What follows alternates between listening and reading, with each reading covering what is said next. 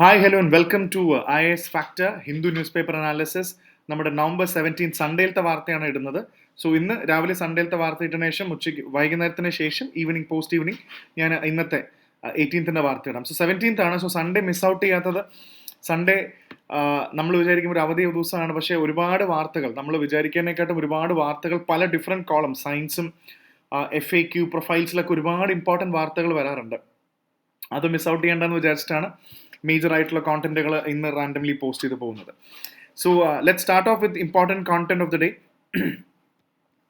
മണിപ്പൂരിലെ വയലൻസ് തന്നെയാണ് നമ്മൾ ഏറ്റവും കൂടുതൽ ഡിസ്കസ് ചെയ്യുന്ന ഇന്ന് നമ്മൾ സ്റ്റാർട്ട് ഓഫ് ചെയ്യുന്ന ഒരു പ്രധാന ഡിസ്കഷൻ എന്ന് പറയുന്നത് മണിപ്പൂരിലുള്ള വയലൻസ് തന്നെയാണ്. സോ മണിപ്പൂരിൽ റിക്കവറി ഓഫ് ബോഡീസ്, അവർ കഴിഞ്ഞ കുറേ ദിവസമായിട്ട് നമ്മൾ മണിപ്പൂർ ഇഷ്യൂ ഫോളോ ചെയ്യുമ്പോൾ നമുക്കറിയാം ഓൾറെഡി CRPF ആയിട്ട് ഓൾറെഡി ഒരു ഇഷ്യൂ ഉണ്ട്. അവിടെ ഇന്റേണൽ ഓൾറെഡി കുക്കീസ് ആൻഡ് മേറ്റി അവർ അങ്ങോട്ടും ഇങ്ങോട്ടും ഫൈറ്റ് ചെയ്യുന്നുണ്ട്. അതിൽ മിലിറ്റൻസ് ആയിട്ടുള്ള വിഭാഗം CRPFനെതിരെ ഭയങ്കര ശക്തമായിട്ടുള്ള റെസിസ്റ്റൻസ് കൊടുക്കുന്നുണ്ട്. അതുകൊണ്ടാണ് CAPF പാരാമിലിറ്ററി ഫോഴ്സസ് എല്ലാം ഇപ്പോൾ സ്റ്റാൻഡ് ബൈയിൽ നിൽക്കുകയാണ്. അവിടെ ഒരു വലിയൊരു ഇന്റേണൽ റിബല്യൻ സിറ്റുവേഷനിലാണ് നിൽക്കുന്നത്. സോ അതേപോലെ ഒരുപാട് സ്ത്രീകളെയും കുട്ടികളെയും 8 മാസമായുള്ള കുട്ടികളെയും സ്ത്രീകളെയും ഒക്കെ ഇവർ തട്ടിക്കൊണ്ടു പോകുന്നുണ്ട്. തട്ടിക്കൊണ്ടുപോയി കുറച്ച് ദിവസം കഴിയുമ്പോൾ 2-3 ദിവസം കഴിയുമ്പോൾ ഓരോ നദികളിൽ റിവറിലാണ് ഇവരുടെ ബോഡി കിട്ടുന്നത്. സോ ഇത് തന്നെ ഒരു ഭയങ്കര ഗ്രൂസം ഇമേജ് ആണത്. അങ്ങനെ 2 ദിവസം കഴിയുമ്പോൾ ഓരോരുത്തരുടെ ബോഡി ഓരോ നദിയിൽ കൊണ്ടിടുന്നത് എന്ന് പറഞ്ഞാൽ തന്നെ ഭയങ്കര ഡിഫിക്കൽട്ട് ആയിട്ടുള്ള ഒരു കാര്യമാണ്. സോ ഇത് അവിടെ നടന്നുകൊണ്ടിരിക്കുന്ന ഒരു കാര്യമാണ്. സോ അതിൽ മേജർ ആയിട്ടുള്ള സ്ഥലങ്ങളൊക്കെ ഇതിനകത്ത് പറയുന്നുണ്ട്, ബോർഡർ റിലേറ്റഡ് ആയിട്ടുള്ള കാര്യങ്ങളും. സോ ഇതാണ് ഇതിന്റെ ബേസിക് ആയിട്ടുള്ള കോൺസെപ്റ്റ് എന്ന് പറഞ്ഞത്. അപ്പോൾ ഇപ്പോഴും CRPF is on the guard trying to solve this issue. So അതൊരു പ്രധാന വാർത്തയാണ്. ഇന്ന് നാഷണൽ ന്യൂസിലും ഉള്ള ഒരു ഇമ്പോർട്ടൻറ്റ് ന്യൂസാണ്. UP-യിൽ 10 കുഞ്ഞുങ്ങൾ പത്ത് ന്യൂ ബോൺ ആയിട്ടുള്ള ഇൻഫൻസ് ആയിട്ടുള്ള കുട്ടികൾ ഹോസ്പിറ്റലിൽ തീപിടുത്തം കാരണം മരിച്ചുപോയി. അപ്പോൾ ഇത് ഹോസ്പിറ്റൽസിന്റെ സെക്യൂരിറ്റി സിസ്റ്റത്തിനെയാണ് ഏറ്റവും കൂടുതൽ ഹൈലൈറ്റ് ചെയ്ത് കാണിക്കുന്നത്. So just imagine 10 newborns were killed in a fire. അതൊരു നിയോനേറ്റൽ ഇന്റൻസീവ് ക്യൂർ യൂണിറ്റിലാണ്. മഹാറാണി ലക്ഷ്മിഭായ് മെഡിക്കൽ കോളേജ് ഝാൻസിയിൽ UP-യിലാണ് ഈ സംഭവം നടന്നിരിക്കുന്നത്. സോ ഇത്തരം കാര്യങ്ങൾ സംഭവിക്കുമ്പോൾ നമ്മൾ ഇങ്ങനത്തെ കാര്യങ്ങളൊക്കെ ഇടയ്ക്കിടയ്ക്ക് സംഭവിക്കുമ്പോൾ എപ്പോഴും ഹോസ്പിറ്റൽസിന്റെ സെക്യൂരിറ്റി വളരെ ഇമ്പോർട്ടൻ്റ് ആണ്. കാരണം ഇന്നും ഇത് ഹോസ്പിറ്റലിന്റെ ഫിസിക്കൽ സെക്യൂരിറ്റിയെ കുറിച്ചാണ് ചർച്ച ചെയ്യുന്നത്. But we are equally concerned about the security of the health care professionals in India. അവർക്ക് വേണ്ടി സെപ്പറേറ്റ് ആയിട്ടൊരു ബില്ലോ ലോ ഒക്കെ വേണമെന്ന് പറയുന്നുണ്ട്. ഒരു ഡോക്ടറിനെ, ഒരു ഓങ്കോളജിസ്റ്റിനെ ഈ അടുത്ത് ഒരാൾ കുത്തിയിട്ടുണ്ടായിരുന്നു. So he was stabbed. And അത് മാത്രമല്ല, കാൽക്കട്ടയിലെ RG-കാറിൽ ഒരു യങ് ഡോക്ടറിനെ റേപ്പ് ചെയ്ത് കൊന്നതും. So this brings us to a larger question, how safe are the doctors in India?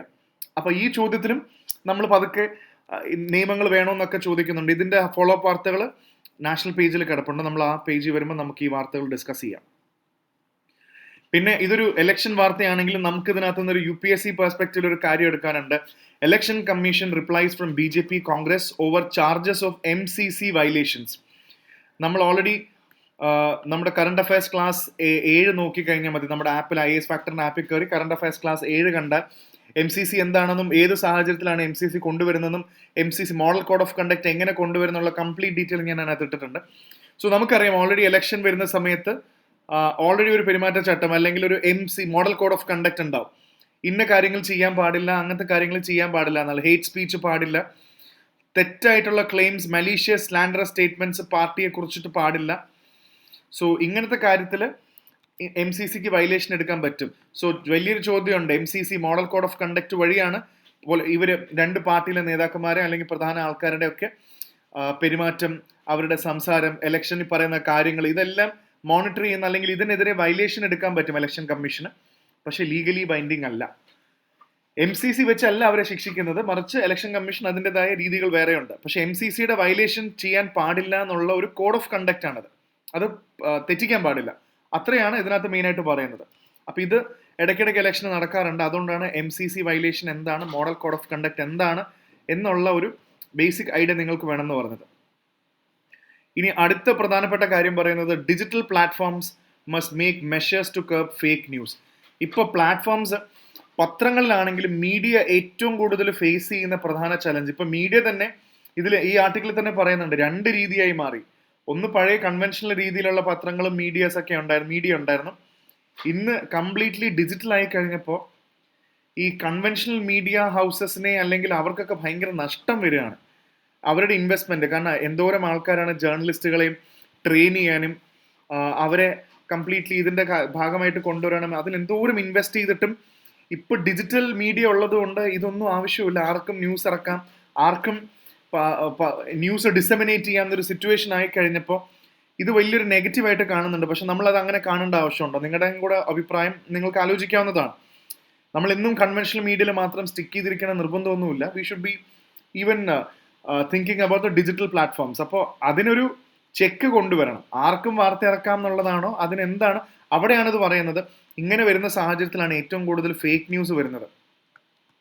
അതിനകത്ത് പറയുന്ന ഒരു കാര്യമുണ്ട്, it's called an algorithm bias.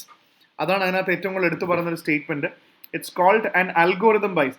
ഇപ്പോഴത്തെ യൂട്യൂബ് ചാനൽ ഉദ്ദേശിച്ച് പറയുന്നതാണ് ഈ സോഷ്യൽ മീഡിയ ഡിജിറ്റൽ ന്യൂസിനൊക്കെ എങ്ങനെയെങ്കിലും വാർത്ത ഉണ്ടാക്കിയാൽ മതി, എന്തെങ്കിലും തംബ്നെയിലൊക്കെ ഇട്ട് വാർത്ത ഉണ്ടാക്കിയാൽ മതി. ഇത് ഈ കൊടുക്കുന്ന വാർത്ത ഫേക്ക് ആണോ അല്ലെങ്കിൽ ഇതിന്റെ അക്യൂറസി എന്താണെന്ന് കണ്ടുപിടിക്കുന്നില്ല. പലപ്പോഴും മിസ് ഇൻഫർമേഷൻ ആണ് പോകുന്നത്. ഇത് ചോദ്യം ചെയ്യാൻ ഇവിടെ ഏജൻസീസോ അല്ലെങ്കിൽ അതിന് നിയമങ്ങൾ കുറവാണ്. ആർക്കും വാർത്ത ഇറക്കാവുന്നതുകൊണ്ട് എന്തെങ്കിലും അതിൽ പറയുന്നുണ്ട്, ഏറ്റവും ട്രെൻഡിങ് ആയിട്ടുള്ള കാര്യത്തിൽ തംബ്നെയിൽ ഇട്ടിട്ട് എന്തെങ്കിലും ഇട്ട് കഴിഞ്ഞാൽ അത് ഹിറ്റ് ആയിക്കോളും. അത് ശരിയാണോ തെറ്റാണോ എന്ന് ആരും അന്വേഷിക്കാറില്ല എന്ന് പറയുന്ന ഒരു വളരെ പ്രധാനപ്പെട്ട കാര്യം ഇവിടെ ഡിസ്കസ് ചെയ്യാനുണ്ട്. സോ അതിനെ അൽഗോറിതം ബയസ് എന്നാണ് ഇവിടെ എടുത്തു പറയുന്നത്. സോ പണ്ട് ഇത്രയും പൈസ മുടക്കിയിട്ടാണ് ഒത്തന്റിസിറ്റി ഒക്കെ കണ്ടുപിടിച്ചിരുന്നത്. പക്ഷെ ഇപ്പൊ ആർക്കും ന്യൂസ് എടുത്തിടുമ്പോൾ കണ്ടോ ദീസ് അൽഗോറിതം ബയസ് ഇതിൽ കൊടുത്തിട്ടുണ്ട്. മാക്സിമൈസ് എൻഗേജ്മെന്റ്, എങ്ങനെയെങ്കിലും ആൾക്കാർ കണ്ടാൽ മതി എന്നുള്ളതാണ്. പിന്നെ അതേപോലെ impact of AI and IP rights, intellectual property rights violate ചെയ്യപ്പെടുകയാണ്. AI വന്നതിന് ശേഷം അതിൽ പറയുന്നുണ്ട് മ്യൂസീഷ്യൻസ്, ഫിലിം മേക്കേഴ്സ്, റൈറ്റേഴ്സ്, ഓഥേഴ്സിനെയൊക്കെ IP റൈറ്റ്സ് പോയിക്കൊണ്ടിരിക്കുകയാണ്. AI വന്ന് എല്ലാം ചെയ്യല്. ഇപ്പോൾ ഉദാഹരണത്തിന് പാട്ട്, നമ്മൾ ഏതെങ്കിലും ഒരു പ്രധാനപ്പെട്ട പാട്ടോ ഒരു മ്യൂസിക്കോ എടുത്തു കഴിഞ്ഞാൽ AI വെച്ചിട്ട് അതിനെ പുതിയ മരിച്ചുപോയ സിംഗറിനെ കൊണ്ട് വരെ പാട്ടുണ്ടാക്കാൻ പറ്റും. അത് വേണമെങ്കിൽ നമുക്ക് വെറുതെ നമ്മൾ ആ സൗണ്ടിൽ കൊണ്ട് പാടിക്കാനും പറ്റും. അപ്പോൾ എന്താണ് ഇന്റലക്ച്വൽ പ്രോപ്പർട്ടി റൈറ്റ്സ് എന്ന് പറയുന്നത് വലിയ ചോദ്യമല്ലേ. അപ്പൊ ഇതൊക്കെ ഗാർഡ് ചെയ്യപ്പെടുന്നുണ്ട്. AI വന്നതിന് ശേഷം ഈ റൈറ്റ്സിനൊക്കെ എന്തെങ്കിലും വാല്യൂ ഉണ്ടോ? അപ്പൊ ഈ ആർട്ടിക്കിൾ ഇത് വളരെ ഇമ്പോർട്ടന്റ് ആയിട്ടൊരു ആർട്ടിക്കിളാണ്. essay ലെവലിലൊക്കെ നമുക്ക് ഭയങ്കര ഉപകാരം വരുന്ന ഒരു ആർട്ടിക്കിളും കൂടാണ് നമ്മൾ ഡിസ്കസ് ചെയ്തത്. ഇനി അടുത്ത് നമുക്ക് സ്റ്റേറ്റ് പേജിലേക്ക് പോയി കഴിഞ്ഞാൽ പ്രധാനപ്പെട്ട വാർത്തകൾ നോക്കാം. Tribals being sweet talked into changing faith. Vice പ്രസിഡന്റിന്റെ ഒരു വാർത്തയാണത്. പലപ്പോഴും ഈ ട്രൈബൽസിനെ കൺവേർട്ട് ചെയ്യുന്നതിനെ കുറിച്ചിട്ടാണ് ഇവിടെ ചർച്ച നടന്നുകൊണ്ടിരിക്കുന്നത്. ഈ ട്രൈബൽസിനെ പലപ്പോഴും സോഫ്റ്റ് ടോക്ക് നടത്തി ഇവരെ കൺവേർട്ട് ചെയ്യാൻ ശ്രമിക്കുന്നുണ്ട്. This is an attempt to change the faith by talking them sweetly, pretending to be well wishers, luring and tempting. ഇത് വളരെ മലീഷ്യസ് ആയിട്ടുള്ള ഒരു കാര്യമാണെന്നാണ് പറയുന്നത്. കാരണം ട്രൈബൽസ് എന്ന് പറയുന്നത് അവരെ ഇത് പണ്ടും ബ്രിട്ടീഷ് ടൈംസിലും ട്രൈബൽസിനെ കൺവേർഷൻ നടത്തുമായിരുന്നു. പക്ഷെ ഇപ്പോഴും ട്രൈബൽ വിഭാഗത്തിലുള്ള ആൾക്കാരെ കൺവേർട്ട് ചെയ്യാനൊരു ശ്രമം നടത്തുന്നുണ്ട്. അത് ശരിയല്ലെന്നാണ് വൈസ് പ്രസിഡന്റ് പറയുന്നത്. പിന്നെ അടുത്ത പൊളിറ്റിക്കൽ വാർത്തകൾ മാറ്റിക്കഴിഞ്ഞാൽ നമുക്ക് ഏറ്റവും ആവശ്യമുള്ള ഇത് കണ്ടു. ഇങ്ങനത്തെ ഒരു വാർത്ത, ഫേമസ് ആയിട്ടുള്ള ആക്ട്രസ് ഉണ്ടല്ലോ, ആ ആക്ടർ കസ്തൂരിക്കെതിരെ കേസ് എടുത്തിട്ടുണ്ട്. കസ്തൂരി ഒളിവിലാണ് ആക്ച്വലി. തെലുഗു സ്പീക്കിംഗ് കമ്മ്യൂണിറ്റിക്കെതിരെ സ്പീച്ച് കൊടുത്തുകൊണ്ടാണ്. അങ്ങനെ അപ്പം എന്തെങ്കിലും പറഞ്ഞാലും ഒരു മതവിഭാഗത്തിനെയോ അല്ലെങ്കിൽ ഏതെങ്കിലും ഒരു ലാംഗ്വേജ് ലിംഗ്വിസ്റ്റിക് കമ്മ്യൂണിറ്റീനെയോ എഗെയിൻസ്റ്റ് ആയിട്ട് നമ്മൾ എന്തെങ്കിലും പറഞ്ഞാലും കേസ് എടുക്കുന്നുണ്ടെന്നുള്ള ഒരു ഇമ്പോർട്ടൻറ്റ് ന്യൂസാണ് അവിടെ വന്നിരിക്കുന്നത്. പിന്നെ ഇത് ഒരു റിഹാബിലിറ്റേഷൻ ആംഗിളിലും കൂടെ കാണേണ്ട ഒരു ആർട്ടിക്കിളാണ്. 40 years occupants of Shewa Koliwada Transit Camp still. ഇത് കാണിക്കുന്നത് ഇതാണ്, Sheva Koliwada transit camp still making room for development. ഇത് 40 വർഷമായി. ഇതിൽ പ്രധാനമായിട്ടും പറയുന്നത് ജവഹർലാൽ നെഹ്റു പോർട്ട് ട്രസ്റ്റ്, ഇത് മുംബൈയിലെ കാര്യമാണ് പറയുന്നത്. ഇത് കംപ്ലീറ്റ്ലി മുംബൈയിലെ കാര്യമാണ് പറയുന്നത്. അന്നത്തെ രീതിയിൽ മുംബൈ പോർട്ട് ട്രസ്റ്റ്, അതായത് ജവഹർലാൽ നെഹ്റു പോർട്ട് ട്രസ്റ്റ്, ഇത് വന്ന സമയത്ത് അവിടെ അത് വരാൻ വേണ്ടി അവിടെയുള്ള ഒരുപാട് ആൾക്കാരെ ഇവർ റീഹാബിലിറ്റേറ്റ് ചെയ്തു. എത്രയോ ഫാമിലീസിനെ റീഹാബിലിറ്റേറ്റ് ചെയ്തു. പിന്നെ ഒരു സ്ഥലം കൊടുക്കാന്നൊക്കെ പറഞ്ഞിട്ട് 40 വർഷം കഴിഞ്ഞിട്ടും ഫാർമേഴ്സിന് കൊടുത്ത സ്ഥലത്തിലും ഫിഷർമാൻ ആയിട്ടുള്ള ഫിഷിംഗ് വില്ലേജ് ഉണ്ട്, അവിടെയും ഇവിടെ ഒന്നും നടന്നിട്ടില്ല എന്നുള്ളതാണ്. ഇവിടെ വെള്ളം പോലും ഇല്ല എന്നുള്ളൊരവസ്ഥയാണ് ഇതിൽ എടുത്തു പറയുന്നത്. അപ്പോൾ ഇത്തരത്തിലുള്ള ഈ 1986 ഇത് ചെയ്തെടുത്തിട്ടും 40 വർഷം കഴിഞ്ഞിട്ടും ഇതിനൊന്നും ഒരു മാറ്റവും ഇല്ല. ഇപ്പോഴും 10x10 സ്ക്വയർ ഫൂട്ട് റൂമിലാണ് താമസിക്കുന്നത്. വെന്റിലേഷൻ ഇല്ല, വെള്ളമില്ല. പ്രഗ്നന്റ് ആയിട്ടുള്ള ലേഡീസിന് ബാത്റൂം തന്നെ അല്ലെങ്കിൽ ടോയ്ലറ്റ് തന്നെ 2 കിലോമീറ്റർ നടന്നു പോകണം. സോ പ്രഗ്നൻസി സമയത്ത് ഇവിടുത്തെ സ്ത്രീകൾക്കൊന്നും റെസ്റ്റ് റൂം ഒന്നും ഉപയോഗിക്കാൻ പറ്റുന്നില്ല. അപ്പോൾ ഈ സാനിറ്റേഷൻ്റെ കാര്യം കൊണ്ട് മാത്രം പലരും ഇവിടെ നിന്ന് മാറിപ്പോവാണ്. So very difficult situation. So ഇവിടെ നമ്മൾ ഇത്തരം കാര്യങ്ങൾ മനസ്സിലാക്കേണ്ടതാണ്. ഒരു പുതിയ എൻവയോൺമെൻറ്റിലും ഇതിലും എക്കണോമിയിലും നമുക്ക് മനസ്സിലാക്കേണ്ടതാണ്. ഒരു ഡെവലപ്മെൻറ്റിന് വേണ്ടി സ്ഥലം എടുത്തു കഴിഞ്ഞാൽ, ഡെവലപ്മെൻറ്റ് കൊണ്ടുവരാൻ വേണ്ടി പറഞ്ഞാലും the concept of rehabilitation is very very important. ഈ റീഹാബിലിറ്റേഷൻ പലപ്പോഴും ചെയ്യാത്തത് കൊണ്ടാണ് ഡെവലപ്മെൻറ്റിന് വേണ്ടി ആൾക്കാർ സ്ഥലം വിട്ട് തരാത്തത്. സോ ഇതും ഗവൺമെൻറ്റിൻ്റെ ഇത് വളരെ ഇമ്പോർട്ടൻ്റ് ആയിട്ടൊരു ആർട്ടിക്കിളാണ്. നിങ്ങൾക്ക് ഈ ഒരു ഇൻഫർമേഷൻ ഉണ്ടെങ്കിൽ എവിടെയെങ്കിലും നിങ്ങൾക്ക് ഉപയോഗിക്കാൻ പറ്റുന്നതാണ്. പിന്നെ സൺഡേ ഇഷ്ടംപോലെ ക്ലാസിഫൈഡ് പരസ്യങ്ങളും കാര്യങ്ങളൊക്കെ മാറ്റിക്കഴിഞ്ഞാൽ, പൊളിറ്റിക്കൽ വാർത്തകൾ നോക്കിക്കഴിഞ്ഞാൽ ലെറ്റ്സ് മൂവ് ഓൺ പരസ്യമാണ് മൊത്തം. പിന്നെയും സ്റ്റേറ്റ് പേജിൽ ജമ്മു ആൻഡ് കാശ്മീരിൽ ആർട്ടിക്കിൾ 370 ഇതും ഒരു ചർച്ച നടന്നുകൊണ്ടിരിക്കുകയാണ്. ഓൾറെഡി കാശ്മീരിന് സ്റ്റേറ്റ്ഹുഡ്, ഇപ്പോൾ യൂണിയൻ ടെറിട്ടറി ആണ്. ഈ പ്രസിഡൻസ് റൂളൊക്കെ കഴിഞ്ഞ് കാശ്മീരിന് ഓൾറെഡി സ്റ്റേറ്റ്ഹുഡ് കൊടുക്കും. ഇപ്പോൾ യൂണിയൻ ടെറിട്ടറിയിൽ നിന്ന് മാറ്റി സ്റ്റേറ്റ്ഹുഡ് കൊടുക്കും എന്നൊക്കെ പറഞ്ഞിട്ടുണ്ട്. പക്ഷേ ഇപ്പോഴും സ്റ്റേറ്റ്ഹുഡ് എന്ന് കൊടുക്കും? ഇനി സ്റ്റേറ്റ്ഹുഡ് മാത്രമാണോ കൊടുക്കുന്നത്, അല്ലെങ്കിൽ ആർട്ടിക്കിൾ 370 ആ പഴയ സ്റ്റാറ്റസും കൂടെ കാശ്മീരിന് കൊടുക്കേണ്ട ആവശ്യമുണ്ടോ എന്നുള്ളൊരു ഡിബേറ്റ് ഉണ്ട്. സ്റ്റേറ്റ് ആക്കി കൊടുക്കാം, പക്ഷെ ഇനിയും അങ്ങനെ ഒരു 370 കൊടുക്കേണ്ട ആവശ്യമുണ്ടോ എന്നുള്ളതും ഇവിടെ ഡിസ്കസ് ചെയ്യപ്പെടേണ്ടതാണ്. അത് ഓൾറെഡി അവർ ചർച്ച ചെയ്യുന്നുണ്ട്. So that will be. ഇന്ന് സൺഡേ ആയതുകൊണ്ട് തന്നെ നമുക്ക് എഡിറ്റോറിയൽ പേജ് ഇല്ല, പകരം അതും കൂടെ ചേർത്തിട്ട് ഇഷ്ടംപോലെ വാർത്ത വേറെയുണ്ട്. So let's move on to the other important national news. ഇവിടെയാണ് ഗാർഡിയൻസ് മൗണ്ട് ഹീറോയിക് റെസ്ക്യൂ. ആ ഹോസ്പിറ്റലിൻ്റെ അവസ്ഥയാണ്. ആ നിയോനേറ്റൽ യൂണിറ്റ് ആണ്, ആ കുട്ടികളുടെ യൂണിറ്റ് ആണ്. റാണി ലക്ഷ്മിഭായ് കോളേജ് ഝാൻസിയിലുള്ളതാണ്. ആ കണ്ടോ, അത് മൊത്തം കത്തിക്കരിഞ്ഞു പോയി. അപ്പോൾ ഇത്തരം സെക്യൂരിറ്റി ലാപ്സസ് വരുന്നത്, അതും കുട്ടികളാണ് മരിച്ചിരിക്കുന്നത്. അപ്പോൾ പലരും കുട്ടികളെ ഐഡന്റിഫൈ ചെയ്യാൻ പറ്റുന്നില്ല. DNA ടെസ്റ്റ് ഒക്കെ നടത്തണം എന്ന് പറയുന്നുണ്ട്. So very sad situation. അപ്പോൾ ഇത്തരം വാർത്തകളും നമ്മൾ ഹെൽത്ത് കെയർ സെക്ടറിന്റെ സെക്യൂരിറ്റി ആസ്പെക്ട്സ്, എത്രത്തോളം ഹോസ്പിറ്റലിലൊക്കെ ഇങ്ങനെ തീ പിടിച്ച ആൾക്കാർ മരിക്കുക എന്ന് പറയുന്നത് it's A very dangerous thing. പിന്നെ ഇന്നലെയും എന്നും ഇങ്ങനത്തെ വാർത്ത വരുന്നുണ്ട്. പലപ്പോഴും നമ്മൾ ഒരിക്കലും അറിയാറില്ല. ഇന്നലെയും 5 ബസ്താറിലും ഛത്തീസ്ഗഡിലും എന്നും മാവോയിസ്റ്റായിട്ട് എൻകൗണ്ടർ നടക്കുന്നുണ്ട്. നമ്മളിവിടെ ഇരിക്കും തോറും നമ്മളിതൊന്നും പലപ്പോഴും അറിയാറില്ല. കാശ്മീരിൽ ഇപ്പോൾ കഴിഞ്ഞ പ്രാവശ്യം എന്തോരം ഓഫീസേഴ്സ് മരിച്ചു, അല്ലെങ്കിൽ മിലിറ്റൻസ് മരിച്ചു. ഇന്നലെയും 5 മാവോയിസ്റ്റുകളെ എൻകൗണ്ടറിൽ കൊന്നു കളഞ്ഞു. ഇവർ അവിടെ കൂടെ ഛത്തീസ്ഗഡ് റീജിയനിൽ അവിടെ പോകുന്ന സമയത്ത് ഈ നമ്മളവിടെ ഡെഫിനറ്റ്ലി നിങ്ങൾക്ക് സിവിൽ സർവീസ് കിട്ടുകയാണെങ്കിലും, ഓൾറെഡി IPS ഒക്കെ ആണെങ്കിലും, അല്ലെങ്കിൽ പാരാമിലിറ്ററി ഫോഴ്സസിലൊക്കെ ആണെങ്കിലും, ബസ്തർ ഇപ്പോൾ മണിപ്പൂരിലും നമ്മുടെ കംപ്ലീറ്റ് പാരാമിലിറ്ററി ഫോഴ്സിനെ ഡിപ്ലോയ് ചെയ്തിട്ടുണ്ട് അവിടെ. കാരണം അവിടെ ഇവർ നടക്കുന്ന സ്ഥലത്തൊക്കെ മൈൻസ് വെക്കും, നമ്മൾ നടന്നു കഴിഞ്ഞാൽ പൊട്ടിത്തെറിക്കും. സോ അതൊക്കെ ട്രെയിൻഡ് ആണ്. ഇന്നലെയും 5 മാവോയിസ്റ്റുകളെ കൊന്നു. അതേപോലെ തന്നെ 2 സെക്യൂരിറ്റി പേഴ്സണൽസ്, ഏറ്റവും ഇമ്പോർട്ടൻറ്റ് BSFിൻ്റെയും DRGയുടെയും ഡിസ്ട്രിക്ട് റിസർവ് ഗാർഡിൻ്റെയും സ്പെഷ്യൽ ടാസ്ക് ഫോഴ്സിൻ്റെയും 2 സോൾജേഴ്സ്. എന്നും ഇതേപോലെ നമ്മുടെ സോൾജേഴ്സും മരിക്കും, പക്ഷെ നമ്മൾ അവരുടെ പേരോ കാര്യങ്ങളോ ഒന്നും അറിയാറില്ല. സോ ഇന്നലെയും അറ്റാക്കിൽ 2 സെക്യൂരിറ്റി ഫോഴ്സ് BSFിൻ്റെ ആൾക്കാർ മരിച്ചിട്ടുണ്ട്. സോ അടുത്ത പ്രധാനപ്പെട്ട ഒരു വാർത്ത ഒരു സിനിമയുടെ കഥ പോലെ തന്നെയാണ്. 2 men to face trial in US for helping to cross border. ഇത് ഒരു വലിയ മാഫിയായിട്ട് പറയുന്നുണ്ട്. ഇന്നിപ്പോൾ നിങ്ങൾ സിനിമ കാണുന്നവരാണെങ്കിൽ ഡെഫിനറ്റ്ലി ദുൽഖറിൻ്റെ സിനിമ കണ്ടിട്ടുണ്ടെന്ന് വിചാരിക്കുന്നു, CIA എന്ന് പറഞ്ഞത്. സിനിമ കണ്ടിട്ടില്ലെങ്കിൽ കുഴപ്പമില്ല. സിനിമ കാണുന്നവരാണെങ്കിൽ നിങ്ങൾക്കറിയാം, Mexico border through American cross ചെയ്യാൻ നോക്കുന്ന സിനിമയാണത്. ഇവിടെ മെക്സിക്കോ ത്രൂ ആണ് ഏറ്റവും കൂടുതൽ ആൾക്കാർ അമേരിക്കയിൽ ക്രോസ് ചെയ്യാൻ ശ്രമിക്കുന്നത്. അതേപോലെ equally important is to be noted is Canada. Canada is very important country which is actually used as a buffer to cross borders. Canada ബോർഡറിലൂടെ ഒരുപാട് ആൾക്കാർ കടക്കാറുണ്ട്. സോ ഇതിനു വേണ്ടിയാണ് കാനഡയിലേക്ക് പോകുന്നത്. കാനഡയിലേക്ക് പോയി 60 ലക്ഷം രൂപയൊക്കെയാണ് കൊടുക്കുന്നത്. ഇതേപോലത്തെ ഏജൻസി, പടത്തിൽ കാണുന്ന പോലത്തെ ഏജൻസിന്റെ കയ്യിൽ 60 ലക്ഷം രൂപ കൊടുത്തിട്ട് അവർ നമ്മളെ കാട്ടിക്കയറ്റി വിടുന്ന പറഞ്ഞ പോലെ അവർ നമ്മളെ US ബോർഡറിലേക്ക് കയറ്റി വിടും എന്ന് പറയുന്ന ഒരു സംഭവം ഇവിടെ ഡിസ്കസ് ചെയ്യപ്പെട്ടിട്ടുണ്ട്. So you should be very cautious. അപ്പോൾ ഇങ്ങനത്തെ ആൾക്കാരെ, ഒരു മാഫിയനെ പിടിക്കണം എന്നാണ് പറയുന്നത്. 7 ലക്ഷം ആൾക്കാരെങ്ങാണ്ടാണ് ഇപ്പോഴും ഇതിനകത്തുള്ളത്. ഇതിൻ്റെ ആർട്ടിക്കിൾ എവിടെയോ അത് പറയുന്നുണ്ട്.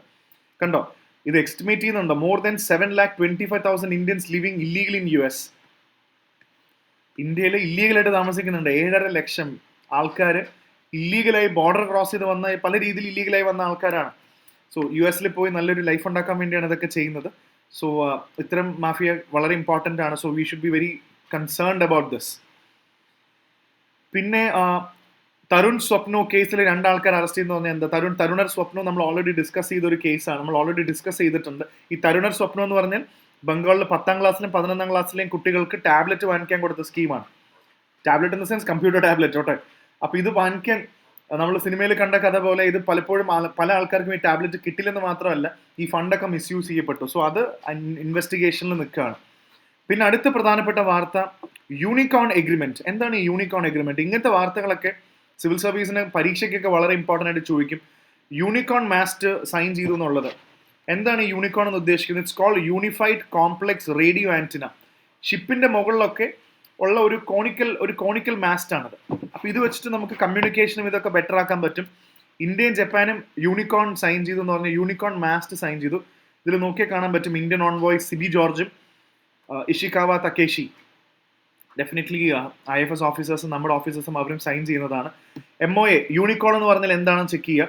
Unified complex radio antenna is a conical structures that houses antenna on top of warship, increasing their stealth cooperation on Indian naval ships under Japanese strain. ഇത് ഓർത്ത് വെച്ചാൽ മതി. അപ്പോൾ യൂണിക്കോൺ എന്ന് പറഞ്ഞാൽ യൂണിഫൈഡ് കോംപ്ലക്സ് റേഡിയോ ആന്റിന ആണ്. ഇത് actually ഒരു കോണിക്കൽ സ്ട്രക്ചർ ആണ്. ആന്റിനയുണ്ട്, വാർഷിപ്പിന്റെ മുകളിൽ ഉപയോഗിക്കുകയാണ്. നമ്മൾ സ്റ്റെൽത്ത് ക്യാരക്ടറിസ്റ്റിക്.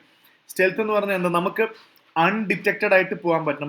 ഒരു സബ്മറീനോ അല്ലെങ്കിൽ ഒരു നേവൽ ഷിപ്പ് ഒക്കെ ആണെങ്കിൽ നമ്മുടെ എനിമി കൺട്രിയുടെ ഇതിൽ നമ്മൾ സ്റ്റെൽത്ത് ടെക്നോളജി നമ്മൾ വളരെ നമ്മൾ ഡിറ്റക്ട് ചെയ്യാൻ പാടില്ലല്ലോ. അതാണല്ലോ നമ്മുടെ കഴിവ്.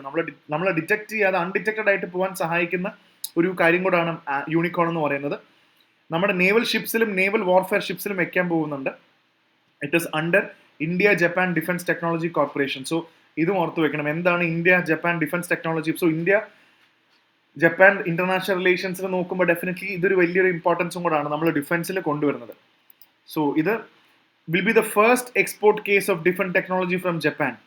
ഇങ്ങനെ ഒരു ജപ്പാൻ നമ്മൾ 2015 ഇങ്ങനെ ഒരു എഗ്രിമെന്റ് ഉണ്ടായെങ്കിൽ പോലും ആദ്യമായിട്ടാണ് നമ്മൾ ഇങ്ങനത്തെ ഒരു സംഭവം യൂസ് ചെയ്യുന്നത്. സോ അതും ഇവിടെ വളരെ ഇമ്പോർട്ടൻ്റ് ആണ്. സോ യൂണിക്കോൺ എന്താണെന്നുള്ളത് ഓൾറെഡി പറഞ്ഞു കഴിഞ്ഞു. Is a masked integrated communication system which will help improve the stealth characteristic of naval platforms. നമ്മൾ ഡിറ്റക്ട് ചെയ്യാതെ നമുക്ക് രക്ഷപ്പെടാൻ പറ്റും. സോ ഇത് ഡെവലപ്ഡ് ബൈ ബെല്ലാണ്. സോ ബെൽ എന്ന് പറഞ്ഞാൽ എന്താ? What is BEL? Bharat electronics ലിമിറ്റഡും ജാപ്പനീസ് കമ്പനിയും കൂടെ ചേർന്നിട്ടാണ് നമ്മൾ നിർമ്മിക്കുന്നത്. സോ ബെൽ വളരെ ഇമ്പോർട്ടൻ്റ് ആണ് എന്താണെന്നുള്ളത്. സോ ഇത് ഒരു ഡിഫൻസ് എഗ്രിമെൻ്റ് ആയിട്ട് കാണുക. ഷിപ്പുകൾക്ക് സ്റ്റെൽത്ത് ക്യാരക്ടറിസ്റ്റിക്സ് നമ്മൾ അൺഡിറ്റക്റ്റഡ് ആയിട്ട് പോകാൻ നമുക്ക് പറ്റണം. So that is very important in this. So remember that. Let's move on to the next one. Modi അടുത്ത പ്രധാനപ്പെട്ട രാജ്യങ്ങൾ വിസിറ്റ് ചെയ്യാണ് ആഫ്രിക്ക. ഒരു സമയത്ത് നരേന്ദ്രമോദി എല്ലാ സ്ഥലത്തും വിസിറ്റ് ചെയ്യായിരുന്നു. ഇപ്രാവശ്യം ഒരു 3 നേഷൻ ടൂറാണ്. പ്രധാനമായിട്ടും ഏതൊക്കെ രാജ്യങ്ങളാണെന്ന് ചോദിച്ചാൽ നൈജീരിയ ആയിട്ട് നല്ലൊരു ബന്ധം സ്ഥാപിക്കുന്നുണ്ട്. ക്വീൻ എലിസബത്തിന് ശേഷം എനിക്ക് 1969 ശേഷം മോഡിക്ക് അവർ വലിയൊരു പ്രൈസ് ഒക്കെ കൊടുത്തിട്ടുണ്ട്, ഒരു വലിയ ഓണറൊക്കെ കൊടുത്തിട്ടുണ്ട്. നമ്മളിവിടെ ഭാരത് രത്ന എന്നൊക്കെ പറയുന്ന പോലെ വലിയ എന്തോ ഓണർ കൊടുത്ത് ഗ്രേസ് ചെയ്തിട്ടുണ്ട് നരേന്ദ്രമോദിനെ. സോ അത് ന്യൂസിൽ വരും. സോ ഇനി അടുത്ത പോകുന്ന പ്രധാനപ്പെട്ട രാജ്യങ്ങൾ നൈജീരിയ ഒരു രാജ്യമാണ്. അതേപോലെ ബ്രസീലിലേക്ക് എന്തായാലും Narendra Modi പോവാതിരിക്കില്ല. And the next country Brazil പോകും. പിന്നെ ഗയാന. കാരിക്കോം എന്ന് പറഞ്ഞ മീറ്റിങ്ങിനാണ് പോകുന്നത്. സോ എന്താണ് കാരിക്കോം എന്നുള്ളത് കൊണ്ട് നമുക്ക് ഓരോ നോക്കാം. സോ ഒന്ന്, ബ്രസീലിലെ G20 സമ്മിറ്റ് നടക്കുന്നുണ്ട് റയോ ഡി ജനീറോയിൽ. അതാണ് ബ്രസീലിലേക്ക് വിസിറ്റ് ചെയ്യുന്നത്. സോ നമ്മളും G20 പ്രസിഡൻസി ഹോൾഡ് ചെയ്തുകൊണ്ട് ഡെഫിനറ്റ്ലി ബ്രസീലിലേക്ക് റയോ ഡി ജനീറോ പ്രോഗ്രാമിന് നരേന്ദ്രമോദി പോകുന്നുണ്ട്. ആൻഡ് ഈക്വലി ഇമ്പോർട്ടൻറ്റ് എസ് നൈജീരിയയിൽ പോകുന്നുണ്ട്. And after that hill B visiting CARICOM. Caribbean നേഷൻസിന്റെ ഒരു ഗ്രൂപ്പാണ് കാരിക്കോം എന്ന് പറയുന്നത്. സോ എന്താണ് കാരിക്കോം എന്നുള്ളത്? Caribbean community. കാരിക്കോം എന്ന് ഉദ്ദേശിക്കുന്നത് കാരിബിയൻ കമ്മ്യൂണിറ്റി എന്നാണ്. അപ്പോൾ എവിടെയാണ് ഈ കാരിബിയൻ എന്നുള്ളത്? നമ്മൾ കാരിബിയൻ എന്നൊക്കെ പറയുമ്പോൾ മനസ്സിലാകുക വെസ്റ്റ് ഇൻഡീസ് എന്നൊക്കെ ആയിരിക്കും നിങ്ങളുടെ മനസ്സിൽ. ക്രിക്കറ്റ് കാണുന്നവർക്ക് അതൊക്കെ കരീബിയൻ കൺട്രി. സോ എവിടെയാണ് കരീബിയൻ കൺട്രീസ്? എന്താണ് കാരിക്കോം എന്ന് പറയുന്നത്? കരീബിയൻ കമ്മ്യൂണിറ്റി എന്നാണ് ഉദ്ദേശിക്കുന്നത്. ഓൾറെഡി ഒരു 15 മെമ്പർ സ്റ്റേറ്റ്സ് ഉണ്ട് ഇവർക്ക്. 15 മെമ്പർ സ്റ്റേറ്റ്സും അതോടുകൂടെ തന്നെ 5 അസോസിയേറ്റ് മെമ്പേഴ്സും ഉള്ള ഒരു കമ്മ്യൂണിറ്റിയാണ് കാരിക്കോം അഥവാ കരീബിയൻ കമ്മ്യൂണിറ്റി എന്ന് പറയുന്നത്. ഇത് ഗയാന എന്ന് പറയുന്ന ഒരു ജോർജ് ടൗൺ എന്നൊരു സ്ഥലത്താണ് ഇപ്പോൾ ഇത് വരുന്നത്. George town, Guyana. So remember the country Guyana. എന്നുള്ളത് ഗയാന വേറെ, ഫ്രഞ്ച് ഗയാന എന്നും കേട്ടിട്ടുണ്ടാവും. രാജ്യങ്ങളുടെ പേര് കേൾക്കുമ്പോൾ ഗയാന എന്നൊരു രാജ്യം വേറെ. ഇതൊരു പൊളിറ്റിക്കൽ എക്കണോമിക് യൂണിയൻ ആണ്. ബെറ്റർമെന്റ് കൊണ്ടുവരണം, ഒരു കമ്മ്യൂണിറ്റീനെ ബെറ്റർ ആക്കണം എന്ന് പറയുന്ന കാര്യങ്ങളാണ്. സോ റിമെമ്പർ കാരിബിയയിലെ ഗയാന. സോ നൈജീരിയ ആൻഡ് ബ്രസീലാണ് ഇവിടെ ഏറ്റവും കൂടുതൽ പോകാൻ നമ്മൾ നോക്കുന്നത്. സോ നൈജീരിയൻ ക്യാപിറ്റലായ അബൂജ. ഈ സിറ്റീസും ക്യാപിറ്റൽസ് ഒക്കെ എല്ലാം അറിയില്ലെങ്കിലും കുറച്ച് കാര്യങ്ങൾ ഓർത്ത് വെക്കുക. നൈജീരിയൻ ക്യാപിറ്റലായ അബൂജയിൽ ഇവിടെ ഓൾറെഡി ഉണ്ട്. സോ പിന്നെ ഇതൊക്കെയാണ് ഇതിൽ കൂടുതലും സംഭവങ്ങൾ പറയുന്നത്. അപ്പോൾ 3 രാജ്യങ്ങളിൽ നോക്കിയാൽ മതി. So Guyana interact with Guyana, which was one of the earliest diaspora in the Western Hemisphere. So ഗയാനയുടെ ലൊക്കേഷൻ എവിടെയാണെന്നുള്ളതും വളരെ കൃത്യമായിട്ട് നമ്മൾ അറിയണം. It is the first earliest diaspora in the western hemisphere. സോ ഏത് ഭാഗത്തായിരിക്കും ഗയാനയുടെ ലൊക്കേഷൻ എന്നുള്ളതും കൂടെ നമുക്ക് മനസ്സിലാക്കണം. അങ്ങനെ പറഞ്ഞ സ്ഥിതിക്ക് എവിടെയാണ് ഈ ഗയാന, ജോർജ് ടൗൺ എവിടെയാണെന്ന് നമ്മൾ കണ്ടു. So let's see where it is. So ബാക്കിയുള്ള പേജ് മൊത്തം ഇലക്ഷൻ വാർത്തയായതുകൊണ്ട് നമ്മൾ ഈ പേജ് ഡിസ്കസ് ചെയ്യുന്നില്ല. പ്രധാനപ്പെട്ട അടുത്ത നാഷണൽ ന്യൂസ് എന്ന് പറയുന്നത് over 10 lakh seniors enrol in Ayushman Vay Vandana. 70 വയസ്സിന് മുകളിലുള്ളവർക്കും ആയുഷ്മാൻ ഭാരത്തിൽ ഇൻഷുറൻസ് കിട്ടുമെന്ന് പറഞ്ഞതുകൊണ്ട് തന്നെ 10 ലക്ഷം സീനിയർ സിറ്റിസൺസ് ആണ് 70 വയസ്സിന് മുകളിൽ ആയുഷ്മാൻ വയ വന്ദനയിൽ എൻറോൾ ചെയ്തിരിക്കുന്നത്. ആയുഷ്മാൻ ഭാരത് പ്രധാനമന്ത്രി ജൻ ആരോഗ്യ യോജനയാണ്, PMJ എന്താണെന്നുള്ളത് ഇമ്പോർട്ടൻ്റ് ആണ്. ആയുഷ്മാൻ ഭാരത് അല്ലെങ്കിൽ PMJ എന്താണ് ഈ PMJ എന്ന് ഉദ്ദേശിക്കുന്നത്? സോ 4 ലക്ഷം രൂപ വരെ ഇതിൽ സ്കീം, അറൌണ്ട് 4 lakhs ഇതിൽ പറയുന്നുണ്ട്. Launch of Ayushman Vay Vandana card create ചെയ്യുന്നുണ്ട്. സോ അത്രയും ആൾക്കാർ 70 വയസ്സിന് മുകളിലുള്ളവരെയും ഈ പറഞ്ഞ ഇൻഷുറൻസ് പ്രോഗ്രാമിലേക്ക് എടുത്തിട്ടുണ്ട്. സോ അത്രയും ആൾക്കാർ ഇതിനകത്ത് എൻറോൾ ചെയ്തിട്ടുമുണ്ട്. ആയുഷ്മാൻ വയ വന്ദന, ആയുഷ്മാൻ ഭാരത് പോലെ ആയുഷ്മാൻ ഇതിനകത്ത് എടുത്ത് കാണാവുന്നതാണ്. Around 4 lakh enrolments under the scheme. The launch of Ayushman Vay Vandana കാർഡും വന്നിട്ടുണ്ട്. സോ ഇതും ഓർത്തിരിക്കേണ്ടതാണ്. ആയുഷ്മാൻ വയ വന്ദന എന്താണെന്ന് 70 വയസ്സിന് മുകളിലുള്ള ആൾക്കാർക്കും ഇത് കൊടുക്കുന്നുണ്ട്. സോ പിന്നെ അടുത്ത പ്രധാനപ്പെട്ട വാർത്ത എന്ന് പറയുന്നത് പൊളിറ്റിക്കൽ വാർത്തകൾ മാറ്റിക്കഴിഞ്ഞാൽ electronically track under trials to crowding of jail, supreme court says. ഇതൊരു പ്രധാനപ്പെട്ട ഒരു വാർത്തയും കൂടാണ്. നിങ്ങൾ ഇതിനകത്ത് നമ്മൾ ഓൾമോസ്റ്റ് ചില സ്റ്റാറ്റിസ്റ്റിക്സ് വെച്ച് നമുക്ക് കാണാൻ പറ്റും. സോ ഇതിനകത്ത് മനസ്സിലാക്കേണ്ട 2-3 കാര്യങ്ങളെന്ന് പറഞ്ഞാൽ നമ്മുടെ ജയിലുകളിൽ ഒന്ന് ആലോചിച്ച് നോക്കിയാൽ മതി എത്ര ശതമാനം ആൾക്കാരുണ്ടെന്ന് വെച്ചാൽ ഓൾമോസ്റ്റ് 5,73,000 5,73,220 ആൾക്കാരാണ് ജയിലുകളിൽ കിടക്കുന്നത്. And you will not even believe ഇതിൻ്റെ നമ്മുടെ കപ്പാസിറ്റി, ജയിലുകളുടെ കപ്പാസിറ്റി എന്ന് പറയുന്നത് 4,36,266 ഇതാണ് നമ്മുടെ ജയിലിൻ്റെ കപ്പാസിറ്റി. സോ ശരിക്കും നമ്മൾ എത്ര % മുകളിലാണ് ഓക്യുപ്പൻസി റേറ്റ് ഉള്ളത്? ഇത്ര പേരെ അക്കോമഡേറ്റ് ചെയ്യാൻ പറ്റുള്ളൂ. എന്നിട്ടും 5,73,000 പേരെ ജയിലിൽ വെച്ചിട്ടുണ്ട്. സോ ഈ 5,73,000 പേര് ജയിലിൽ കിടക്കുന്നുണ്ടെന്ന് പറഞ്ഞാൽ you will not believe 75% of this people.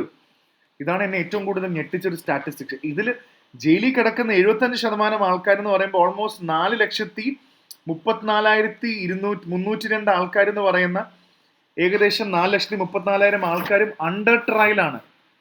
അതാണ് ഏറ്റവും കൂടുതൽ സങ്കടപ്പെടുത്തുന്ന ഒരു വലിയൊരു കാര്യം. അണ്ടർ ട്രയൽ എന്ന് പറഞ്ഞാൽ നിങ്ങൾ കുറ്റാരോപിതനാണ്, ട്രയൽ ഫേസ് ചെയ്യാണ്, പക്ഷെ വിധി വന്നിട്ടില്ല. ഇന്ത്യൻ ജുഡീഷ്യൽ സിസ്റ്റത്തിന് വലിയൊരു നെഗറ്റീവ് ഫാക്ടറും കൂടാണ്. നിങ്ങൾ ഏതെങ്കിലും ഒരു കേസിൽ ചാർജ് ചെയ്തിട്ടുണ്ട്, okay, UAPA unlawful activities prevention act അനുസരിച്ച് നിങ്ങൾ ചാർജ് ചെയ്തു, കേസ് ഇങ്ങനെ നടന്നുകൊണ്ടിരിക്കുക, നിങ്ങൾ തെളിയിക്കാൻ പറ്റുന്നില്ല. ഈ തെളിയിക്കാൻ പറ്റാത്തടത്തോളം നിങ്ങൾ ജുഡീഷ്യൽ കസ്റ്റഡിയിൽ റിമാൻഡിൽ വെച്ചിരിക്കുക.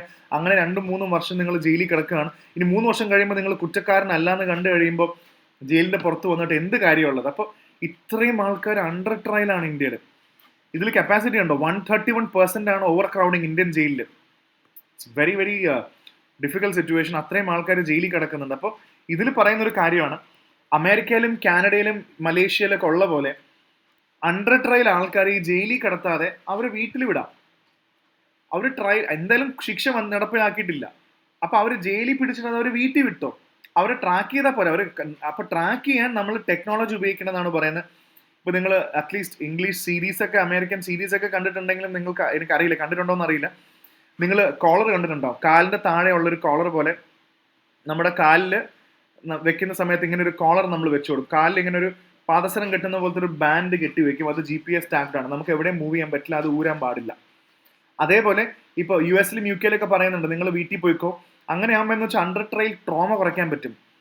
അവർക്ക് വീട്ടുകാരൊക്കെ പോയി കാണാം. നിങ്ങൾ കറക്റ്റായിട്ട് ഗൂഗിൾ ലൊക്കേഷൻ ഡെയിലി അയച്ചാൽ മതി, അല്ലെങ്കിൽ നിങ്ങളുടെ മാപ്പ് ഡെയിലി ഓൺ ആയിരിക്കണം. നിങ്ങൾ എവിടെ പോയാലും അത് കണ്ടുപിടിക്കാൻ പറ്റും. അത്രയും ട്രാക്ക് ചെയ്തിട്ട് ഈ ജയിലുകളുടെ ഓവർ ക്രൗഡിങ് 131% ആണ്. അത് കുറച്ചുകൂടെ എന്ന് പറയുന്ന ഒരു ആർട്ടിക്കിളാണ്. അപ്പം അങ്ങനത്തെ ഈ ടെക്നോളജി ഉപയോഗിച്ചിട്ട് നമ്മൾ അവരെ ട്രാക്ക് ചെയ്താൽ പോരാ, അല്ലാതെ വെറുതെ അവരെ ഇങ്ങനെ ജയിലിൽ പിടിച്ചിടുന്നതുകൊണ്ട് കാര്യമില്ല എന്ന് പറയുന്നത് സത്യമാണ് കേട്ടോ. I totally agree with this. I just want to know what is your opinion on that. Maybe. അടുത്തത്, ഇത് ഓൾറെഡി കഴിഞ്ഞ കുറേ ദിവസമായിട്ട് വന്ന വാർത്തയാണ്. റൈസ് ഷോർട്ടേജ് വന്നു, മാംഗോ കേർണൽ ഡെറ്റ്സ് കാരണം. ഒഡീസയിലാണ്, അരി കിട്ടാത്തതുകൊണ്ട് പാവം അവിടുത്തെ പാവങ്ങളെല്ലാം കറക്റ്റായിട്ട് അവർക്ക് അരിയൊന്നും കൊടുക്കാത്തത് കൊണ്ട് ഇവർ ഈ മാംഗോ കേർണൽ, അതായത് ഇങ്ങനത്തെ ഷേപ്പ്, ഞാൻ അന്നും പറഞ്ഞാണ് ഇങ്ങനത്തെ ചെറിയ ഷേപ്പ് ഉള്ളത്, ഈ മാംഗോ സീഡ് പോലത്തെ ചെറിയൊരു കാര്യമുണ്ട്, ഇത് ഇങ്ങനെ കഴിക്കും. ഇത് അവരതിൻ്റെ കൂടെ കഴിക്കുന്നതാണ്. ഇത് കഴിക്കുന്നത് അത്ര നല്ലതാണെന്ന് ചോദിച്ചാൽ ട്രഡീഷണൽ ആയിട്ടൊക്കെ കഴിക്കും, പക്ഷേ ഇത് അതിൻ്റെ പ്രത്യേകിച്ച് ഹെൽത്ത് വാല്യൂസ് ഒന്നുമില്ല. ഇത് കഴിച്ചിട്ട് പിന്നീട് അവർ മരിക്കുകയാണത്.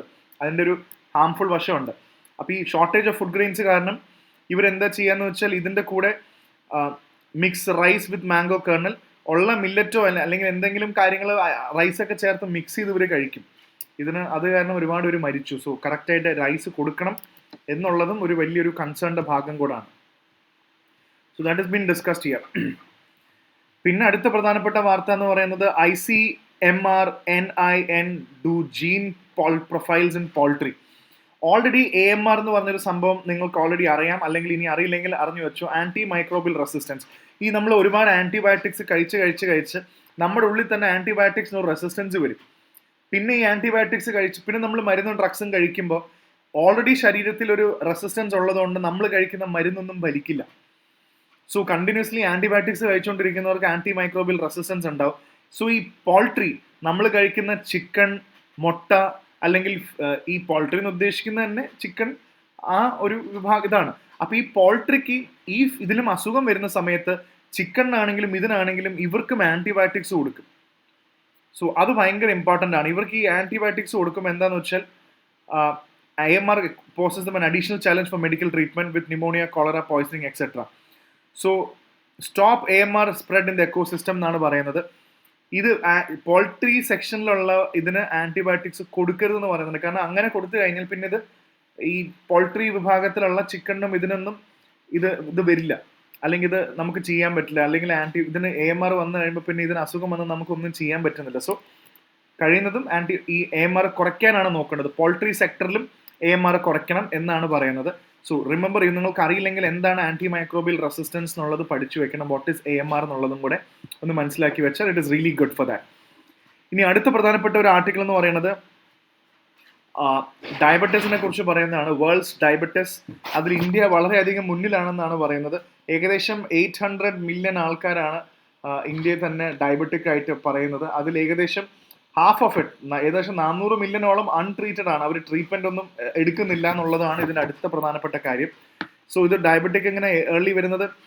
100 million adults living with diabetes, more than half of that. Lancet പറയുന്ന ഒരു ഫേമസ് തിയറിയാണ്. India had the highest number of diabetics.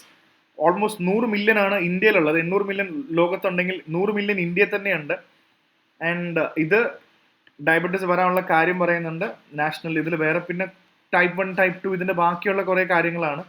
പിന്നെ നമ്മളിത് എങ്ങനെയാണ് ഇത് കണ്ടുപിടിക്കുന്നത് എന്നുള്ളത്. സോ നമ്മുടെ ഇന്ത്യയിലും വളരെ പോപ്പുലർ ആയിട്ടൊക്കെ നമ്മൾ ചെയ്യുന്നത് HbA1c എന്ന് പറയുന്ന ഫാസ്റ്റിംഗ് ഗ്ലൂക്കോസ് എടുക്കാറുണ്ട്.